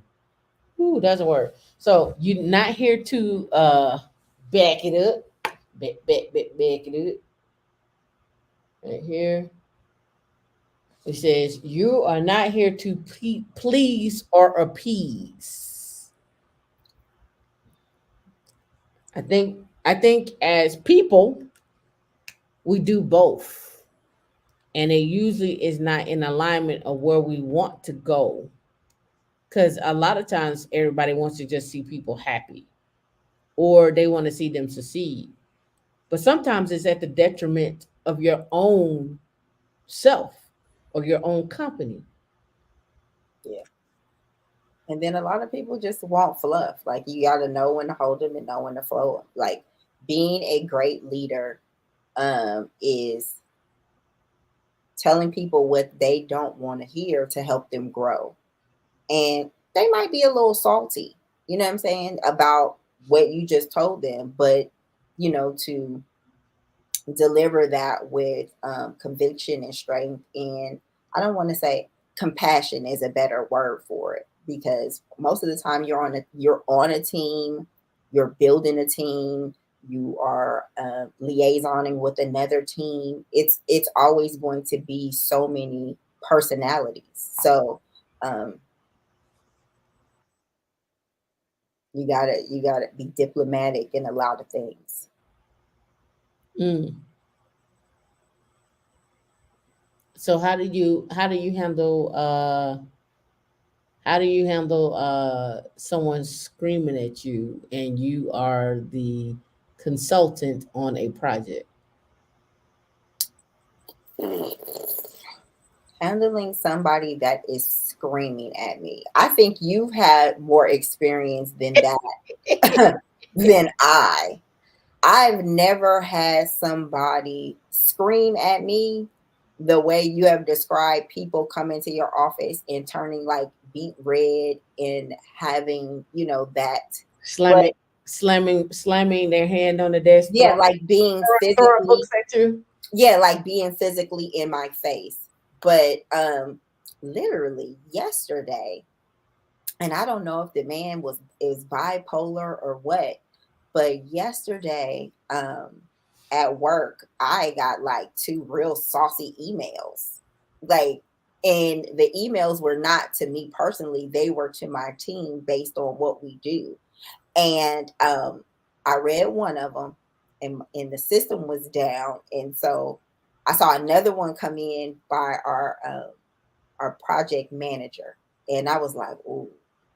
I was like, that can be really good or really bad because she is spicy. She slices and dices. So I didn't get to see it. And then another email came in from, the person that was basically, I was getting yelled at in an email. And she said something else. And I was just like, what does it say? And she basically read him for filth. And in the interim, because I couldn't read it because the system was down, when I seen her email come through, I let her know that my system was down. I saw her email, blah, blah, blah, blah, blah. And she was just like, I don't like when people are not nice when we are just doing our job. And so sometimes, somebody else is going to stand up for you. Allies. That matters, especially when people are out of control. Well, they be out of control all the time. They be out of control. I got stories. I'll save them for later. Oh, yeah. And I think you've shared your stories here before. Like, you've been with some stuff where I'm just like, I would have made somebody. Like, wait a minute. I may look like this, but you better back up for you just feel this stapler upside your head. Like,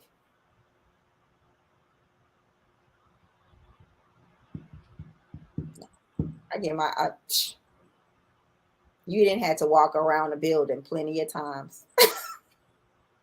Luckily, you have me as a friend. Luckily, I'm not into slicing tires. Yeah, I'm not into slicing tires either. Yeah, I'm not into slicing tires. All right, let's go. People may not like, and you're not here to please or appease. You're here to lead. You got to bring people along, even when you're doing things that are not popular. This is not a popularity contest. And then the third C is really clarity. You got to bring great clarity to situations, how to think about things, what is going on, right? Because everybody gets confused, because conflicting information, what does it mean? How do I think about it? Leaders explain things in terms that people don't understand. That's what I mean by clarity, courage, clarity, conviction.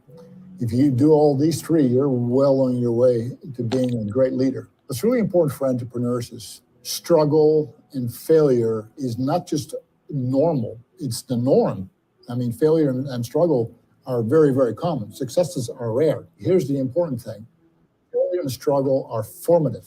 They teach. They make you become the person that you need to become. And so, in other words, you need to embrace struggle and failure as opposed to, well, I'm no good at this, I should go do something else. No, you should use it as a learning experience, because that's really what it is. I had somebody the other day who wrote me an email, and he was fired from his CEO job, and he's 32 years old. So he was devastated. And I'm like, this is just learning. You're 32, you're a baby. So, and he felt much better when I said that. I said, when I was 32, I was nowhere. I'm like, really? I'm like, it takes time. So you need to be patient, and there's some people, Mark Zuckerberg and famous entrepreneurs, they're very successful at a young age. That's not the norm. That should never be your expectation. Those are exceptional situations. So struggle is formative, and embrace it rather than I hate my life because I'm not being successful. I mean, not being successful is actually, you will realize later on how formative and educational that was. You just can't see it right now. That's really very important advice. When you fail, it's not a signal that you're no good. It just means that you need to learn. And now you are. I gotta get this book. Frank is like, he is giving me all the feels, Frank. I like it. You I like like it? it a lot. All I right. like Frank. So Frank Sweetman. I'm not gonna go through this video because we're not gonna make it in the next 10 minutes. It's a 10-minute video, but it's a breakdown of it. I'll probably have to break this down again. So Frank did ServiceNow. He built out ServiceNow and now Snowflake, and they're both valued a billion and up. But he's did three different companies at and had them evaluated a billion and up. From what he stated in that video, is also what you see here, the balanced scorecard, right? Where you, who is the 1099 person, or you are W-2 working for a company, understanding from the vision and strategy standpoint. So we could just look at this as they have it up here on the screen. Let me move my thing over here. So again, financial, customer, internal, learning, and growth. So you can look at the customer. Let's start there, because without the customer, you don't get paid. You got to have the customer. So that means you need to find that customer. So again, customer satisfaction, the KPIs, the level of returns, the lifetime value, customer satisfaction. But you all need to have a conversation with your customer, because that conversation with your customer leads to other customers. So it behooves you to have a good working relationship. The people that are coming into the business with you should have a good relationship, and you should also know the vision of that customer, and how you can add value. Adding value is going to be your thing, right? Do you want to add anything?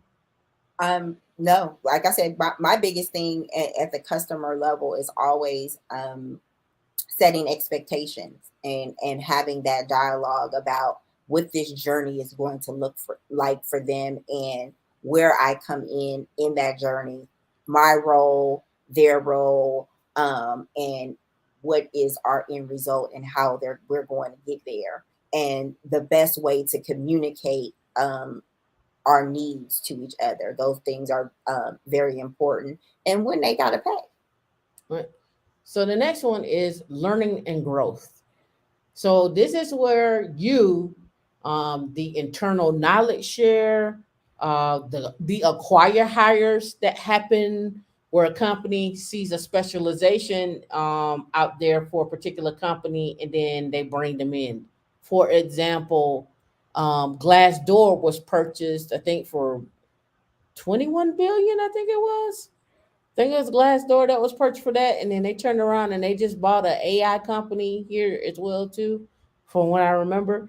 But again, this is along the lines of what I'm saying, that internal knowledge, the innovation leads to that employee retention, level of product ideas, and of course, employee satisfaction. But the trickle down effect is customer satisfaction, because those employees have to go work with that customer. So it's nothing like working with a consultant or a W-2 person that knows their shit.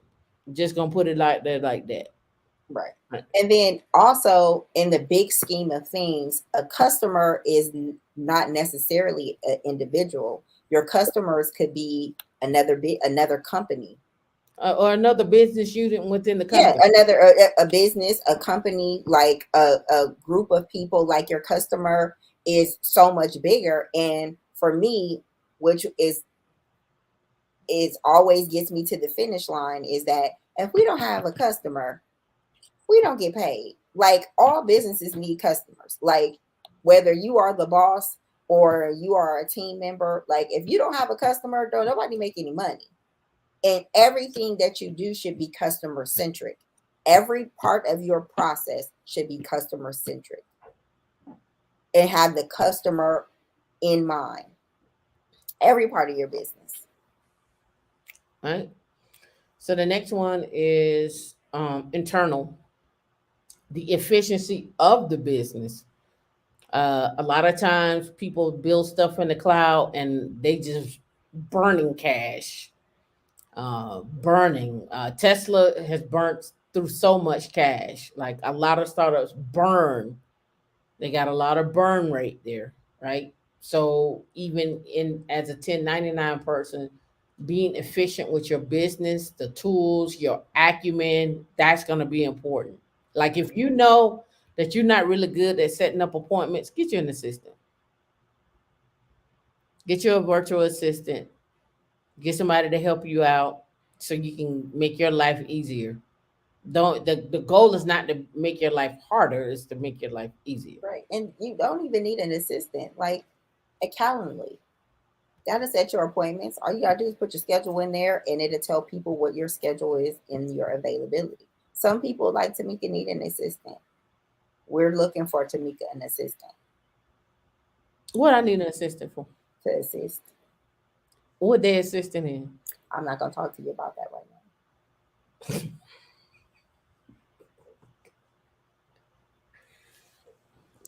We just went through this conversation. This is abuse. Withholding information and dangling the carrot. You dangling the carrot and then I'm you not dangling the carrot. dangling the carrot and take it back. You cannot be up here on Obama's internet dangling carrots and being abusive. You're emotionally abusive. I feel abused. I feel abused. No, you need an assistant on a number of things, but then when you have an assistant, it is it a personal assistant? Is it a business assistant? Do you need an assistant, or do we need to find applications that'll help you do that? But being that you are like a command line person, sometimes the systems they're not real. The SaaS products are really not that easy for you to navigate. You keep So saying that they are easy for me to navigate. I just don't want to use them. so that means you need assistance. I just don't like using them. Because now using those are a chore for you. It is. Exactly. I use ServiceNow too, Heather. And if you are learning ITIL, ServiceNow is based on ITIL. If you are a ServiceNow administrator, basically I just did a training on not ServiceNow, but how it relates to our department and what we use it for. Like we had like a quick training about it. But yeah, if you're in tech, ServiceNow is a big one. So the KPIs on that is machine downtime, inventory level, unit costs.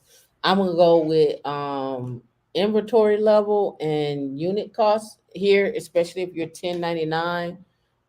Because here, when I think of unit costs, I think of like how much does this particular product that we need to add to the company, how much is that gonna cost? Right.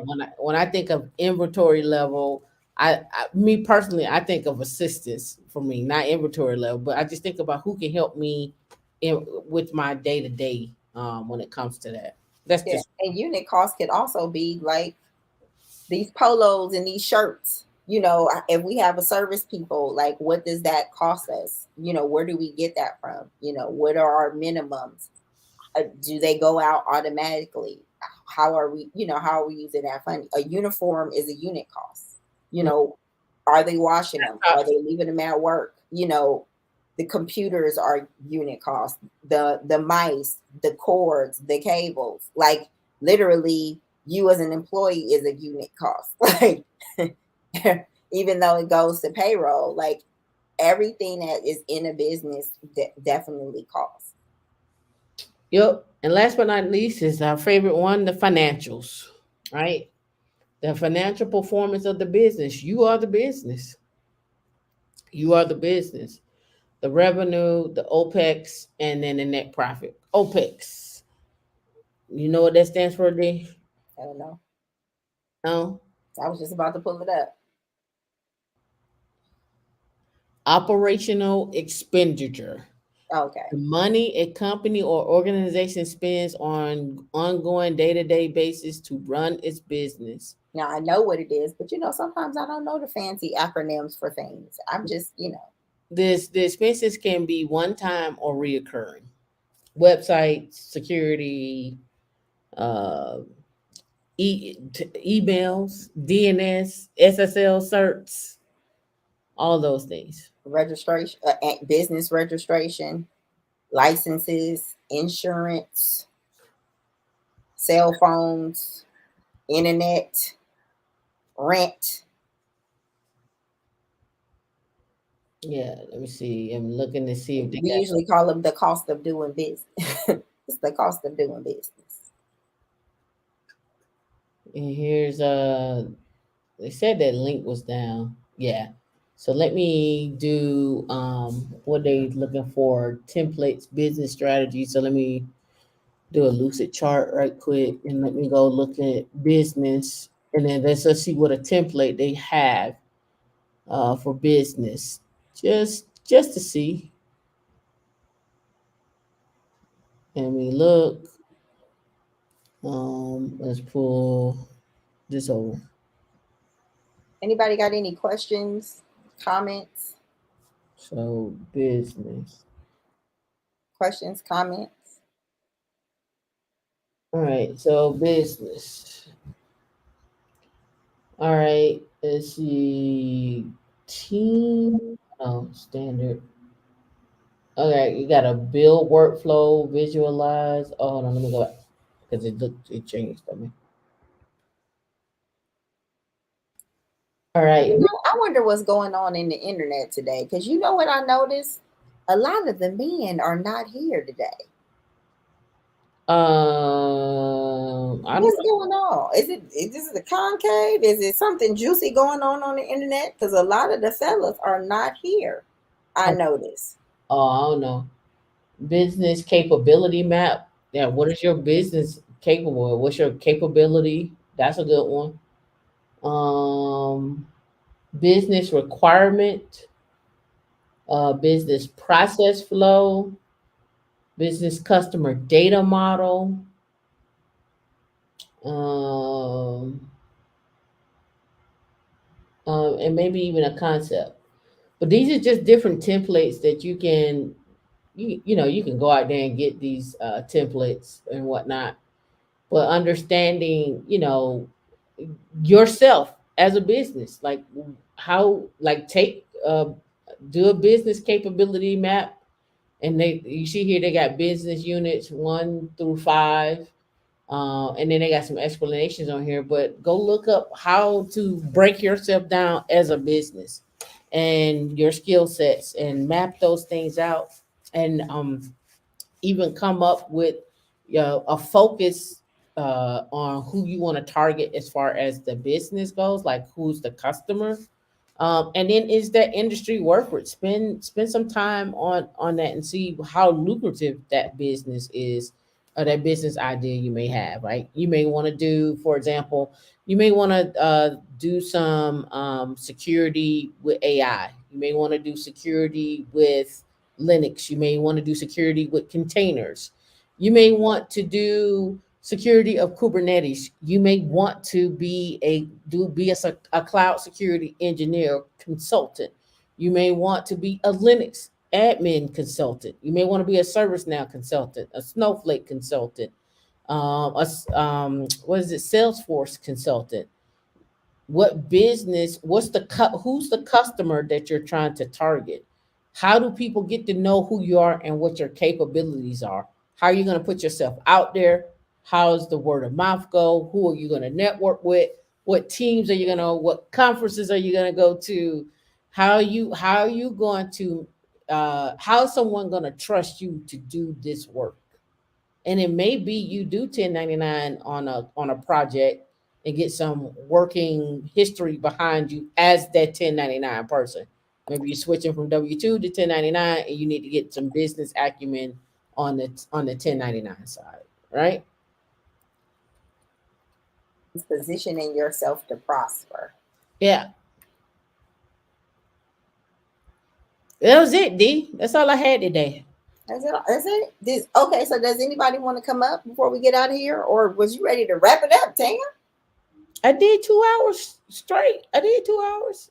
I did 2 hours on the other one. Did 2 hours today. But this is not your norm. A It 2 hour, a two and done. Like, I don't know who this is right now. Anybody got any questions? What's going on, Hey, Sorrel. Sir Hell speech should come up. That's what should happen. You can drop the link, D. Your name. Oh, Heather, you're so shady. I tell you. Heather, every day, every Saturday, Heather, my I learn girl. a little bit more about you, and I don't know if I like it. Heather, my girl. Do you gonna drop? I'm not trying to extend. I am trying to make sure that we've covered all our bases. And because we talked about business today, I wanted to see if anybody had any more questions or concerns before we got out of here. That's what I was doing. I dropped the link. I want to say other stuff, but I'll save it for tonight. For the after dark. Yeah. Yeah, I'll talk about it offline. Because it sounds like it's gonna be spicy. No, it's the same thing I told you the other day about passing credentials and then building the business. Oh yeah, we'll do that offline. Yeah. Oh yeah, do that offline. Because like I said, anybody that's in tech that doesn't know basic security, I mean, talk about come on, like it speaks volumes for that conversation to even be. Yeah, I just want to make some clarity on that. I don't want people getting lost with that. Don't put yourself in the situation. What was the last website for a business? When you say last website, are you talking about that YouTube clip, the video, the Balanced Scorecard, or are you talking about that Lucid chart that I pulled up? That was a template in Lucid chart. But you can look up business capability.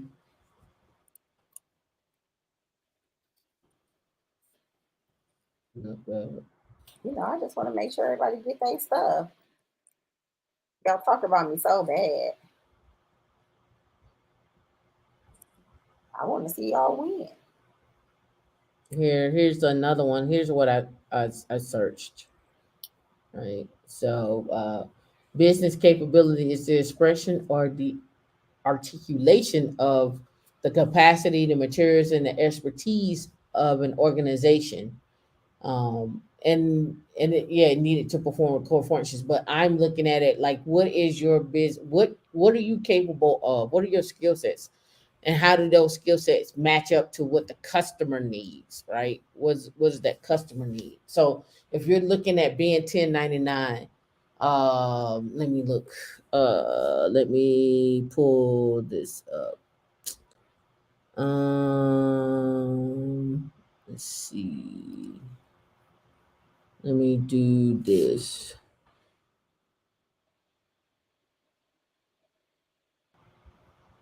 Let me pull up one. I'm pulling up some 1099 jobs.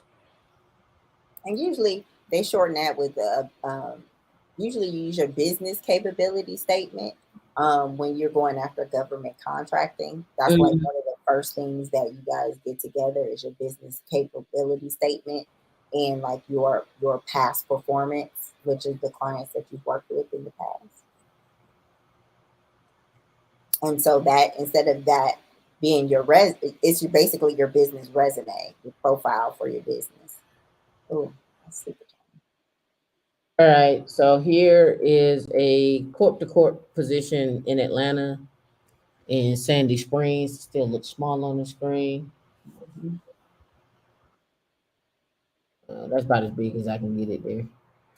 The role is an information security champion or analyst. It's corp-to-corp. The client is Mercedes-Benz. And the location is Sandy Springs. It says the information security champion is responsible for establishing maintaining security programs and services, work closely with stakeholders across Daimler, Mercedes-Benz, and IT security. The information security champion is a contributor to the following IT cybersecurity programs: incident response with laptops, application recovery, business continuity services, disaster recovery, user awareness, ensuring application adherence to security requirements, controls, DevSecOps, InfoSec, risk management, and data privacy. This role requires strong leadership skills as well as deep technical acumen, right? Going back to that business capability, going back to that quadrant that we looked at, right? That fits all of what we just talked about. What's going on, Lisa? How you doing? All right. So again, what business, if you are going to go 1099, do you understand your capabilities that you have, and how do they match up with the capabilities that are needed here? And on top of that, what is going to be the cost, the charge for this particular work, right? Are you going to charge somebody $12 an hour, $20 an hour, $40 an hour, $50 an hour, 100 an hour, 120 an hour? What are the going rates? How do you value yourself? What should you be charging? You Another thing that you're gonna need, especially if you 1099, you're gonna need some insurance. You need to get you some insurance. And they have tech insurance because the tech field is so big. Like now they have technology business experience because now it needed to be business insurance needed to be expanded to fit tech in that. Yep. All right. So they give a list of essential functions. Right. Service now comes up. Data in the cloud, audit, um, SCAS is probably more than likely of a scan. That's probably more than likely tenable right there. Facilitate KPI tracking. Again, that quadrant that I showed you, understanding the KPIs, right? Working with the IT security team. Perform and maintains information classification and updates our application repository. Ensure user access reviews are performed for applications assigned to DM per RISE policy. So there's a RISE policy, right? Up here, facilitate migration of shadow IT apps into planning IT. Closely collaborate with IT security team members. This involves developing application risk factors and reconciling against the portfolio to define. 1 to 3 years. They want you to have these things: 1 to 3 years in relevant IT experience, 3 to 5 years in the following area: security architecture, forensics, cloud, endpoint and mobile security, 9 times out of 10 API, AWS, Azure security, SCADA, TVM, patch management, working with firewalls. TVM will be working with AI. Um, Windows, Linux, server hardening, security baseline, PKI, NIST standards, working with SANS 20, IMS, ISMS, ISO, right? And then it just goes on to other things. How do you take this job, do 1099 as a company, and put a price tag on it? What is the price that you're going to put on that at an hourly rate? And also make sure that you have some type of insurance to cover yourself. You need some type of insurance to cover yourself, and also medical insurance, disability insurance in case you go out one day and you're driving and God forbid you have an accident and now you can't use your hands, or you can't, or your leg is hurting you and you can't sit for too long because it causes back pain or something of that nature, right? Mhm. You have to have some type of protections in place. So this is why a lot of times people don't like to be 1099. They prefer to be W-2 because of the risk associated with it. But so some people love 1099 because they want to get in, do what they need to do, and they out and they on to the next one. That keeps them entertained. That keeps them fresh, right? So I hope this helped.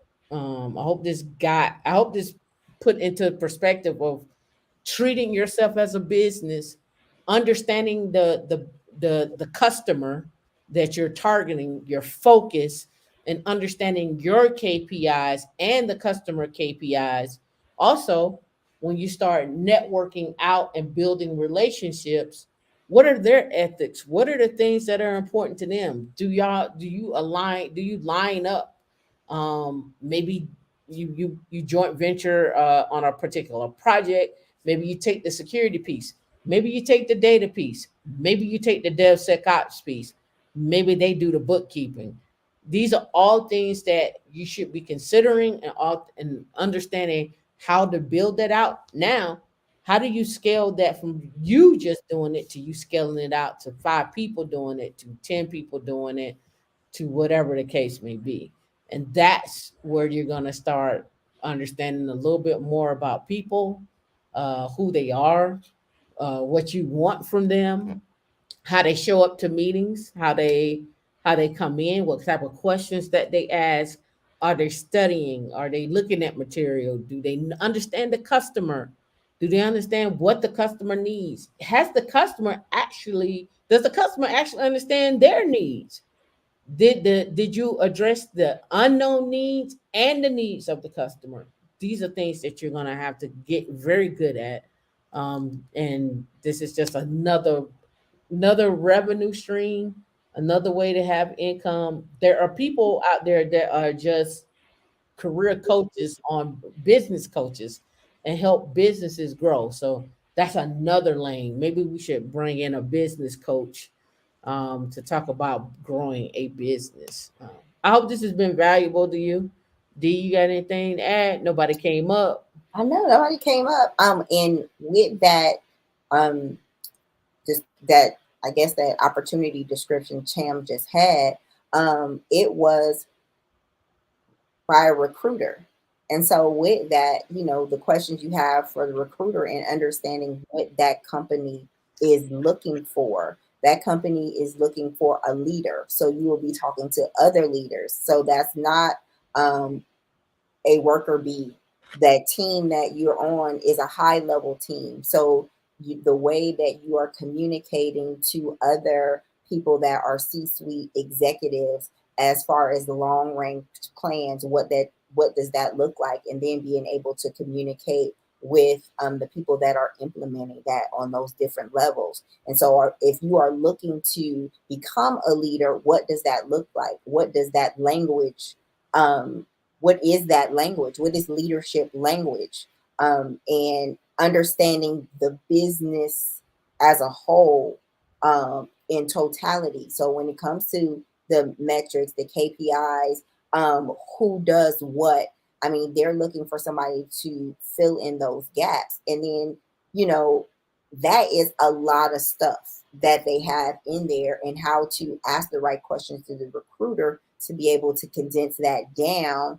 Because of course, people put out resume and put out job descriptions to get the unicorn, but to say, what are they looking for in this position? Yeah, and then the other thing about being in leadership is you are making the decision. But what are you making the decision based on? Because when you make that decision, that's how that company is going to move. Yeah. And so Because you are the expert in this. They're looking for a lead on this. Right. What's going on, Sir Hale? How you doing? What's up, ladies? I want to give you guys some love. Give us sprinkles. What's going on, Miss Sam? How you been? I've been all right, man. How about yourself? Good. And Dion, good to see you as well. What's up, chap? Hello. So just got a couple questions for you. I just came in, so that's why it took me so long to get on. I just got it back into my home. So No a problem. couple questions. Mhm. So this is something that I'm actually doing now. I actually started my own tech company, Zodi Technologies, right? So I'm in the phase now of actually procuring clients. So Mhm. just some advice. So landing the first client. Now I've got Fortune 500 companies behind me, but landing that first client. My question to you is it valuable to offer services pro bono, and that way to get connections, or should we just go the route towards just go ahead and get a contract, get some business going? Like, what's your recommendation there? So it's twofold on that, right? The pro bono part is, do you see any value with working with that particular entity, where something else, they may have something else coming down the pipe, right? So if they got something else coming down the pipe and you all have had that conversation that, hey, I don't have nothing right now, but we can write you in on this coming down the pipe, get that in writing, of course. Yeah, I may do something pro bono because I want the relationship. But if I just want the relationship and they don't have nothing coming down the pipe, then what value add is it going to be for me other than just the relationship? So in this case, so free should never really be free. It Right. just means I'm trading my services for another opportunity. Gotcha. I think that's big for a lot of people, because a lot of entrepreneurs start off the route, I just want to get people, let me just get some exposure, right? Right. And we undercut ourselves. So Right. excellent. But So for me, I see it. Mhm. I see it a little bit different, because it's just like a restaurant, right? When a restaurant does a soft opening, they're opening it up to friends and family to get advice, to get feedback before they go to the public. If you're going to offer services, who in your friend group that has companies and could use the services that you have in order to go ahead and give you that feedback before you really go live? Because you really don't want to use a client to for trial and error. At that point, you don't really want to tell a client, like, I'm just using you to, to work out some kinks. That's it's really unprofessional, because you're going in and say, this is my value, this is what we have for you, and we're ready to do business. So if there is a gap in just getting into the marketplace, then do that on people that you know first, that have other businesses that could use your services. And then that way you're bartering, because you might need their services as well. Sweet. So Trey, okay. Okay, gotcha. So I took that some notes down. Guys, I'm telling you, so this Saturday, going to next Monday, my goal is to start building those connections. So I Mhm. believe, like, in the community that I'm in, we got City Hall, we've got businesses, mom and pop shops, just stuff.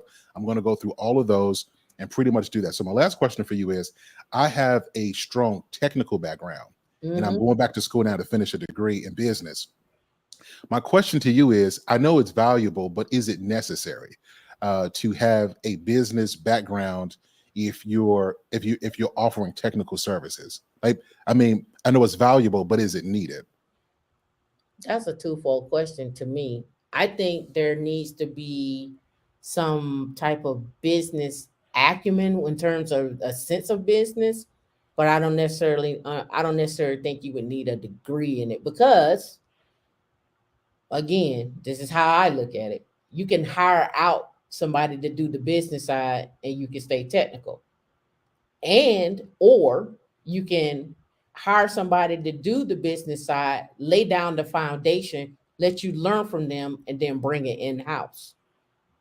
So it's really truly dependent on how much time and where you see yourself at in the business. Do you want to be the business person, or do you want to be the technical person, and then have doing all the technical work, or do you want to be the overseer and then have other people go do the technical work? Some people are not really good at business, they're really good at technical, but they may be in the C-suite and they may be a CTO, and then they're hire a CEO to do that work. So it's really how you see yourself starting out. Excellent. Yeah, I ask that because a lot of entrepreneurs think you got to learn everything. You got to know everything, and it kills you from growing a business. So, yeah, But I you need appreciate to that. know your business. Like, Yep. you need to have a general overview about how your business works, and then having having having a technical background, you have to know who you're explaining the tech to, because speaking with other technologists, the conversation is at a high level. What you talk about is different than when you are explaining it to another company that needs your services. sometimes you're speaking above their head, so you need to be able to say, am I the right person to deliver this? Or am I going to be too technical for this offering? Because sometimes they're like, okay, this, what he's telling me I need, I don't understand it. It might be too much. Where I'm going to go to another company that can speak to me in a language that I can understand. And that's big too. And having those pieces together in your business. What does that look like? What does that look like starting off? Because some people get paralysis of analysis and it's just too much. Be a jack of all trades, know a little bit about a lot so that you can also know when something is not being done right. Because you hear with athletes all the time, they go and make all this money and they hire their team and then they look up and get ready to enjoy it and they're missing millions and millions of dollars because they didn't have an understanding about what's going on. Or that contract that signed, or the wording of that, and so forth. So protection is also needed. I look at going to school, getting the business, getting the language, understanding the language as protection. Now, do you want to be in that space for that for a long time where you're like, okay, I'm doing school and I'm building a business and I got a family and I got to get the money in? That's a lot. It's a lot unless you have a team or you already have some type of partnerships that can kind of alleviate that, where you can get in where they take care of the business side, you do the technical until you get where you can bring the business acumen and the business situation in-house to your business. And I've done that several times. I'll be the technical person. Y'all go do the business stuff. Cut me my check.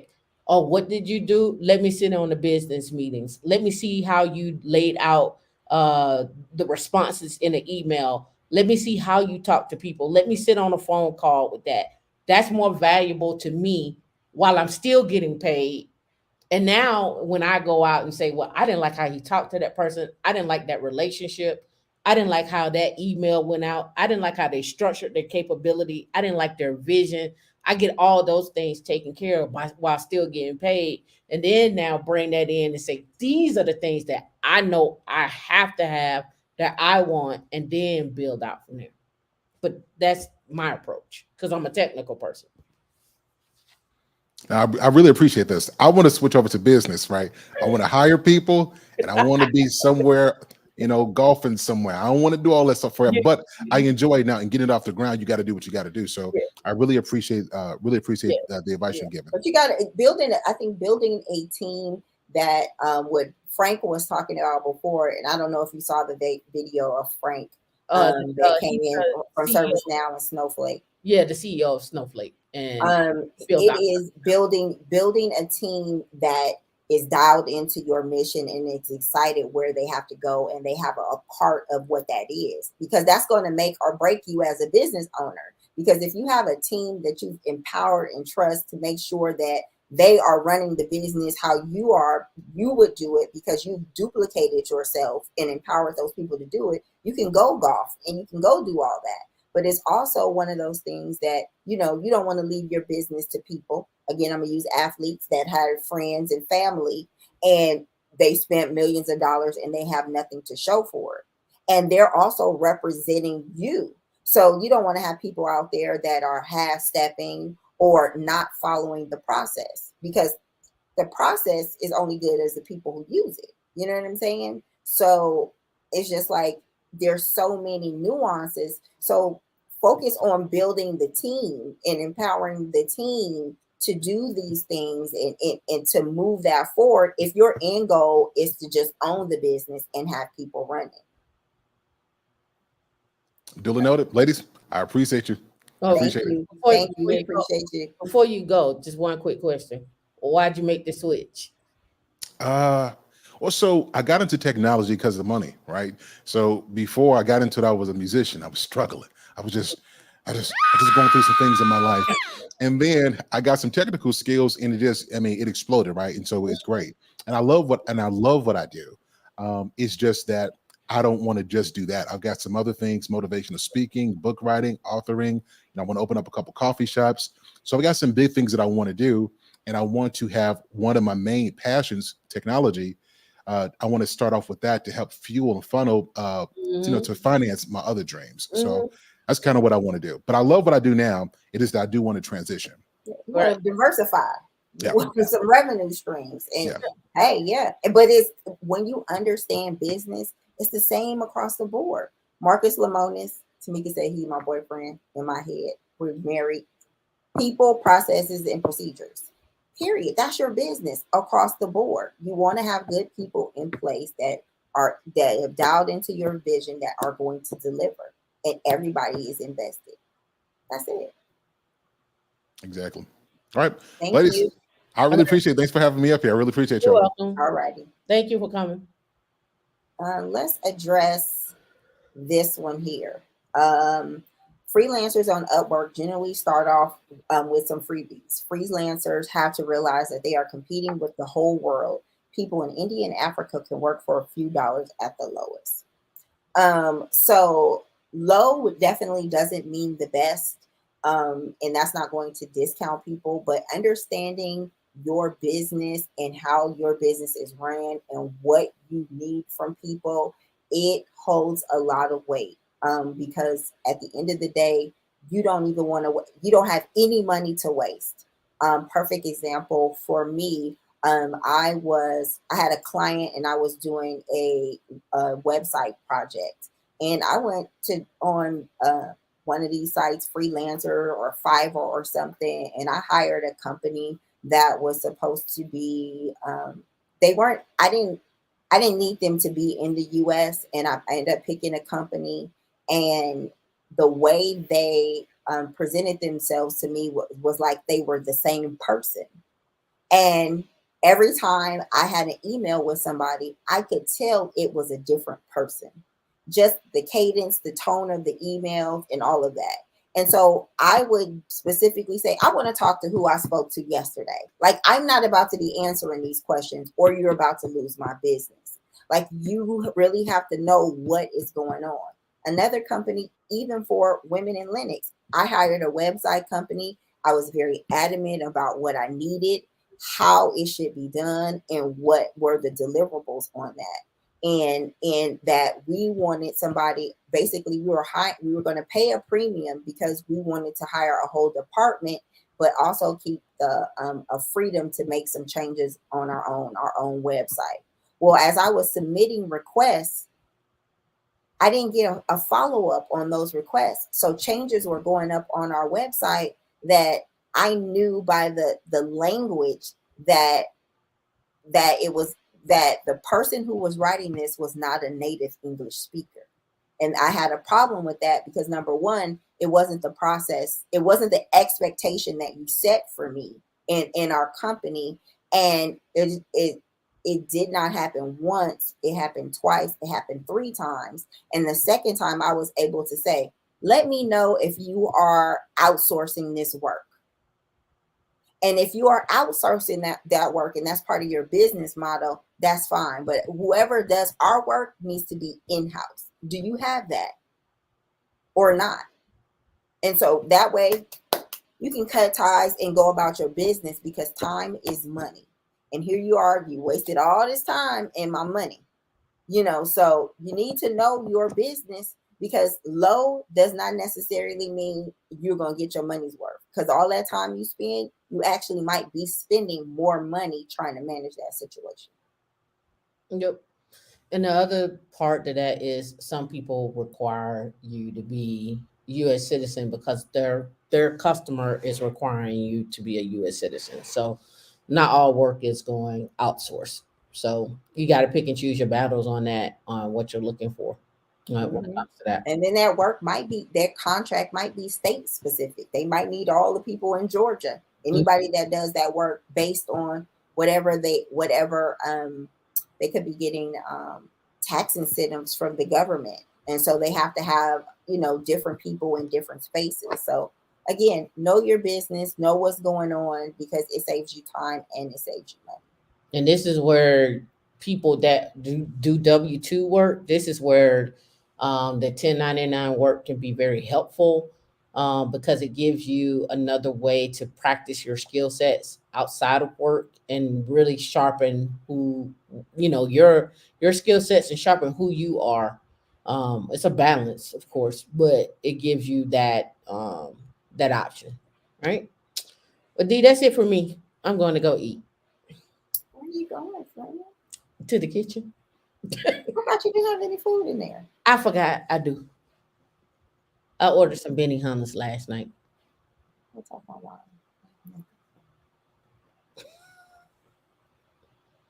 If I go outside, I don't. It's like a really nice day. I don't know if that's gonna work for me. You going outside? I don't know if that's gonna work for me. I got so much stuff to do. You do before tomorrow's meeting. A lot of things to do. So, all right. Well, it's been real. I hope this was added value for you all. I actually had pulled up some Linux 1099 jobs, but I want to show you that 1099 job. But I wanted to show you how to think about yourselves as a business, and how to create a good business acumen.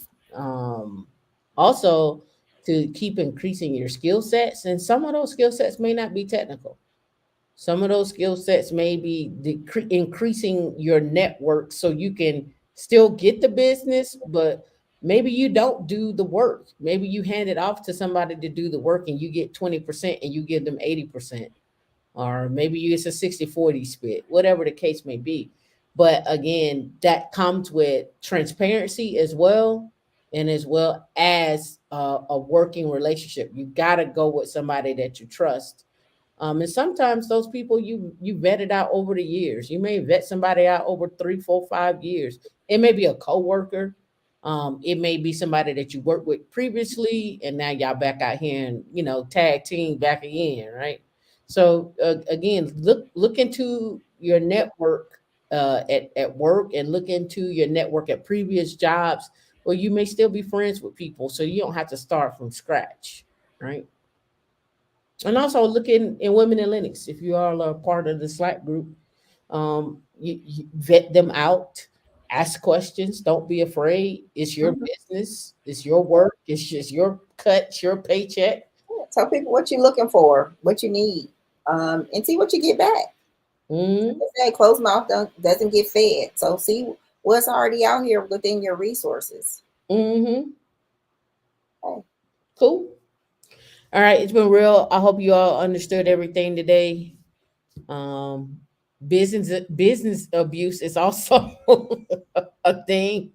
You can have financial abuse inside of a business as well, where one partner didn't tell another partner about a decision that they made, as well. So that's also part of that as well too, on your journey. All right, D. See y'all. All righty.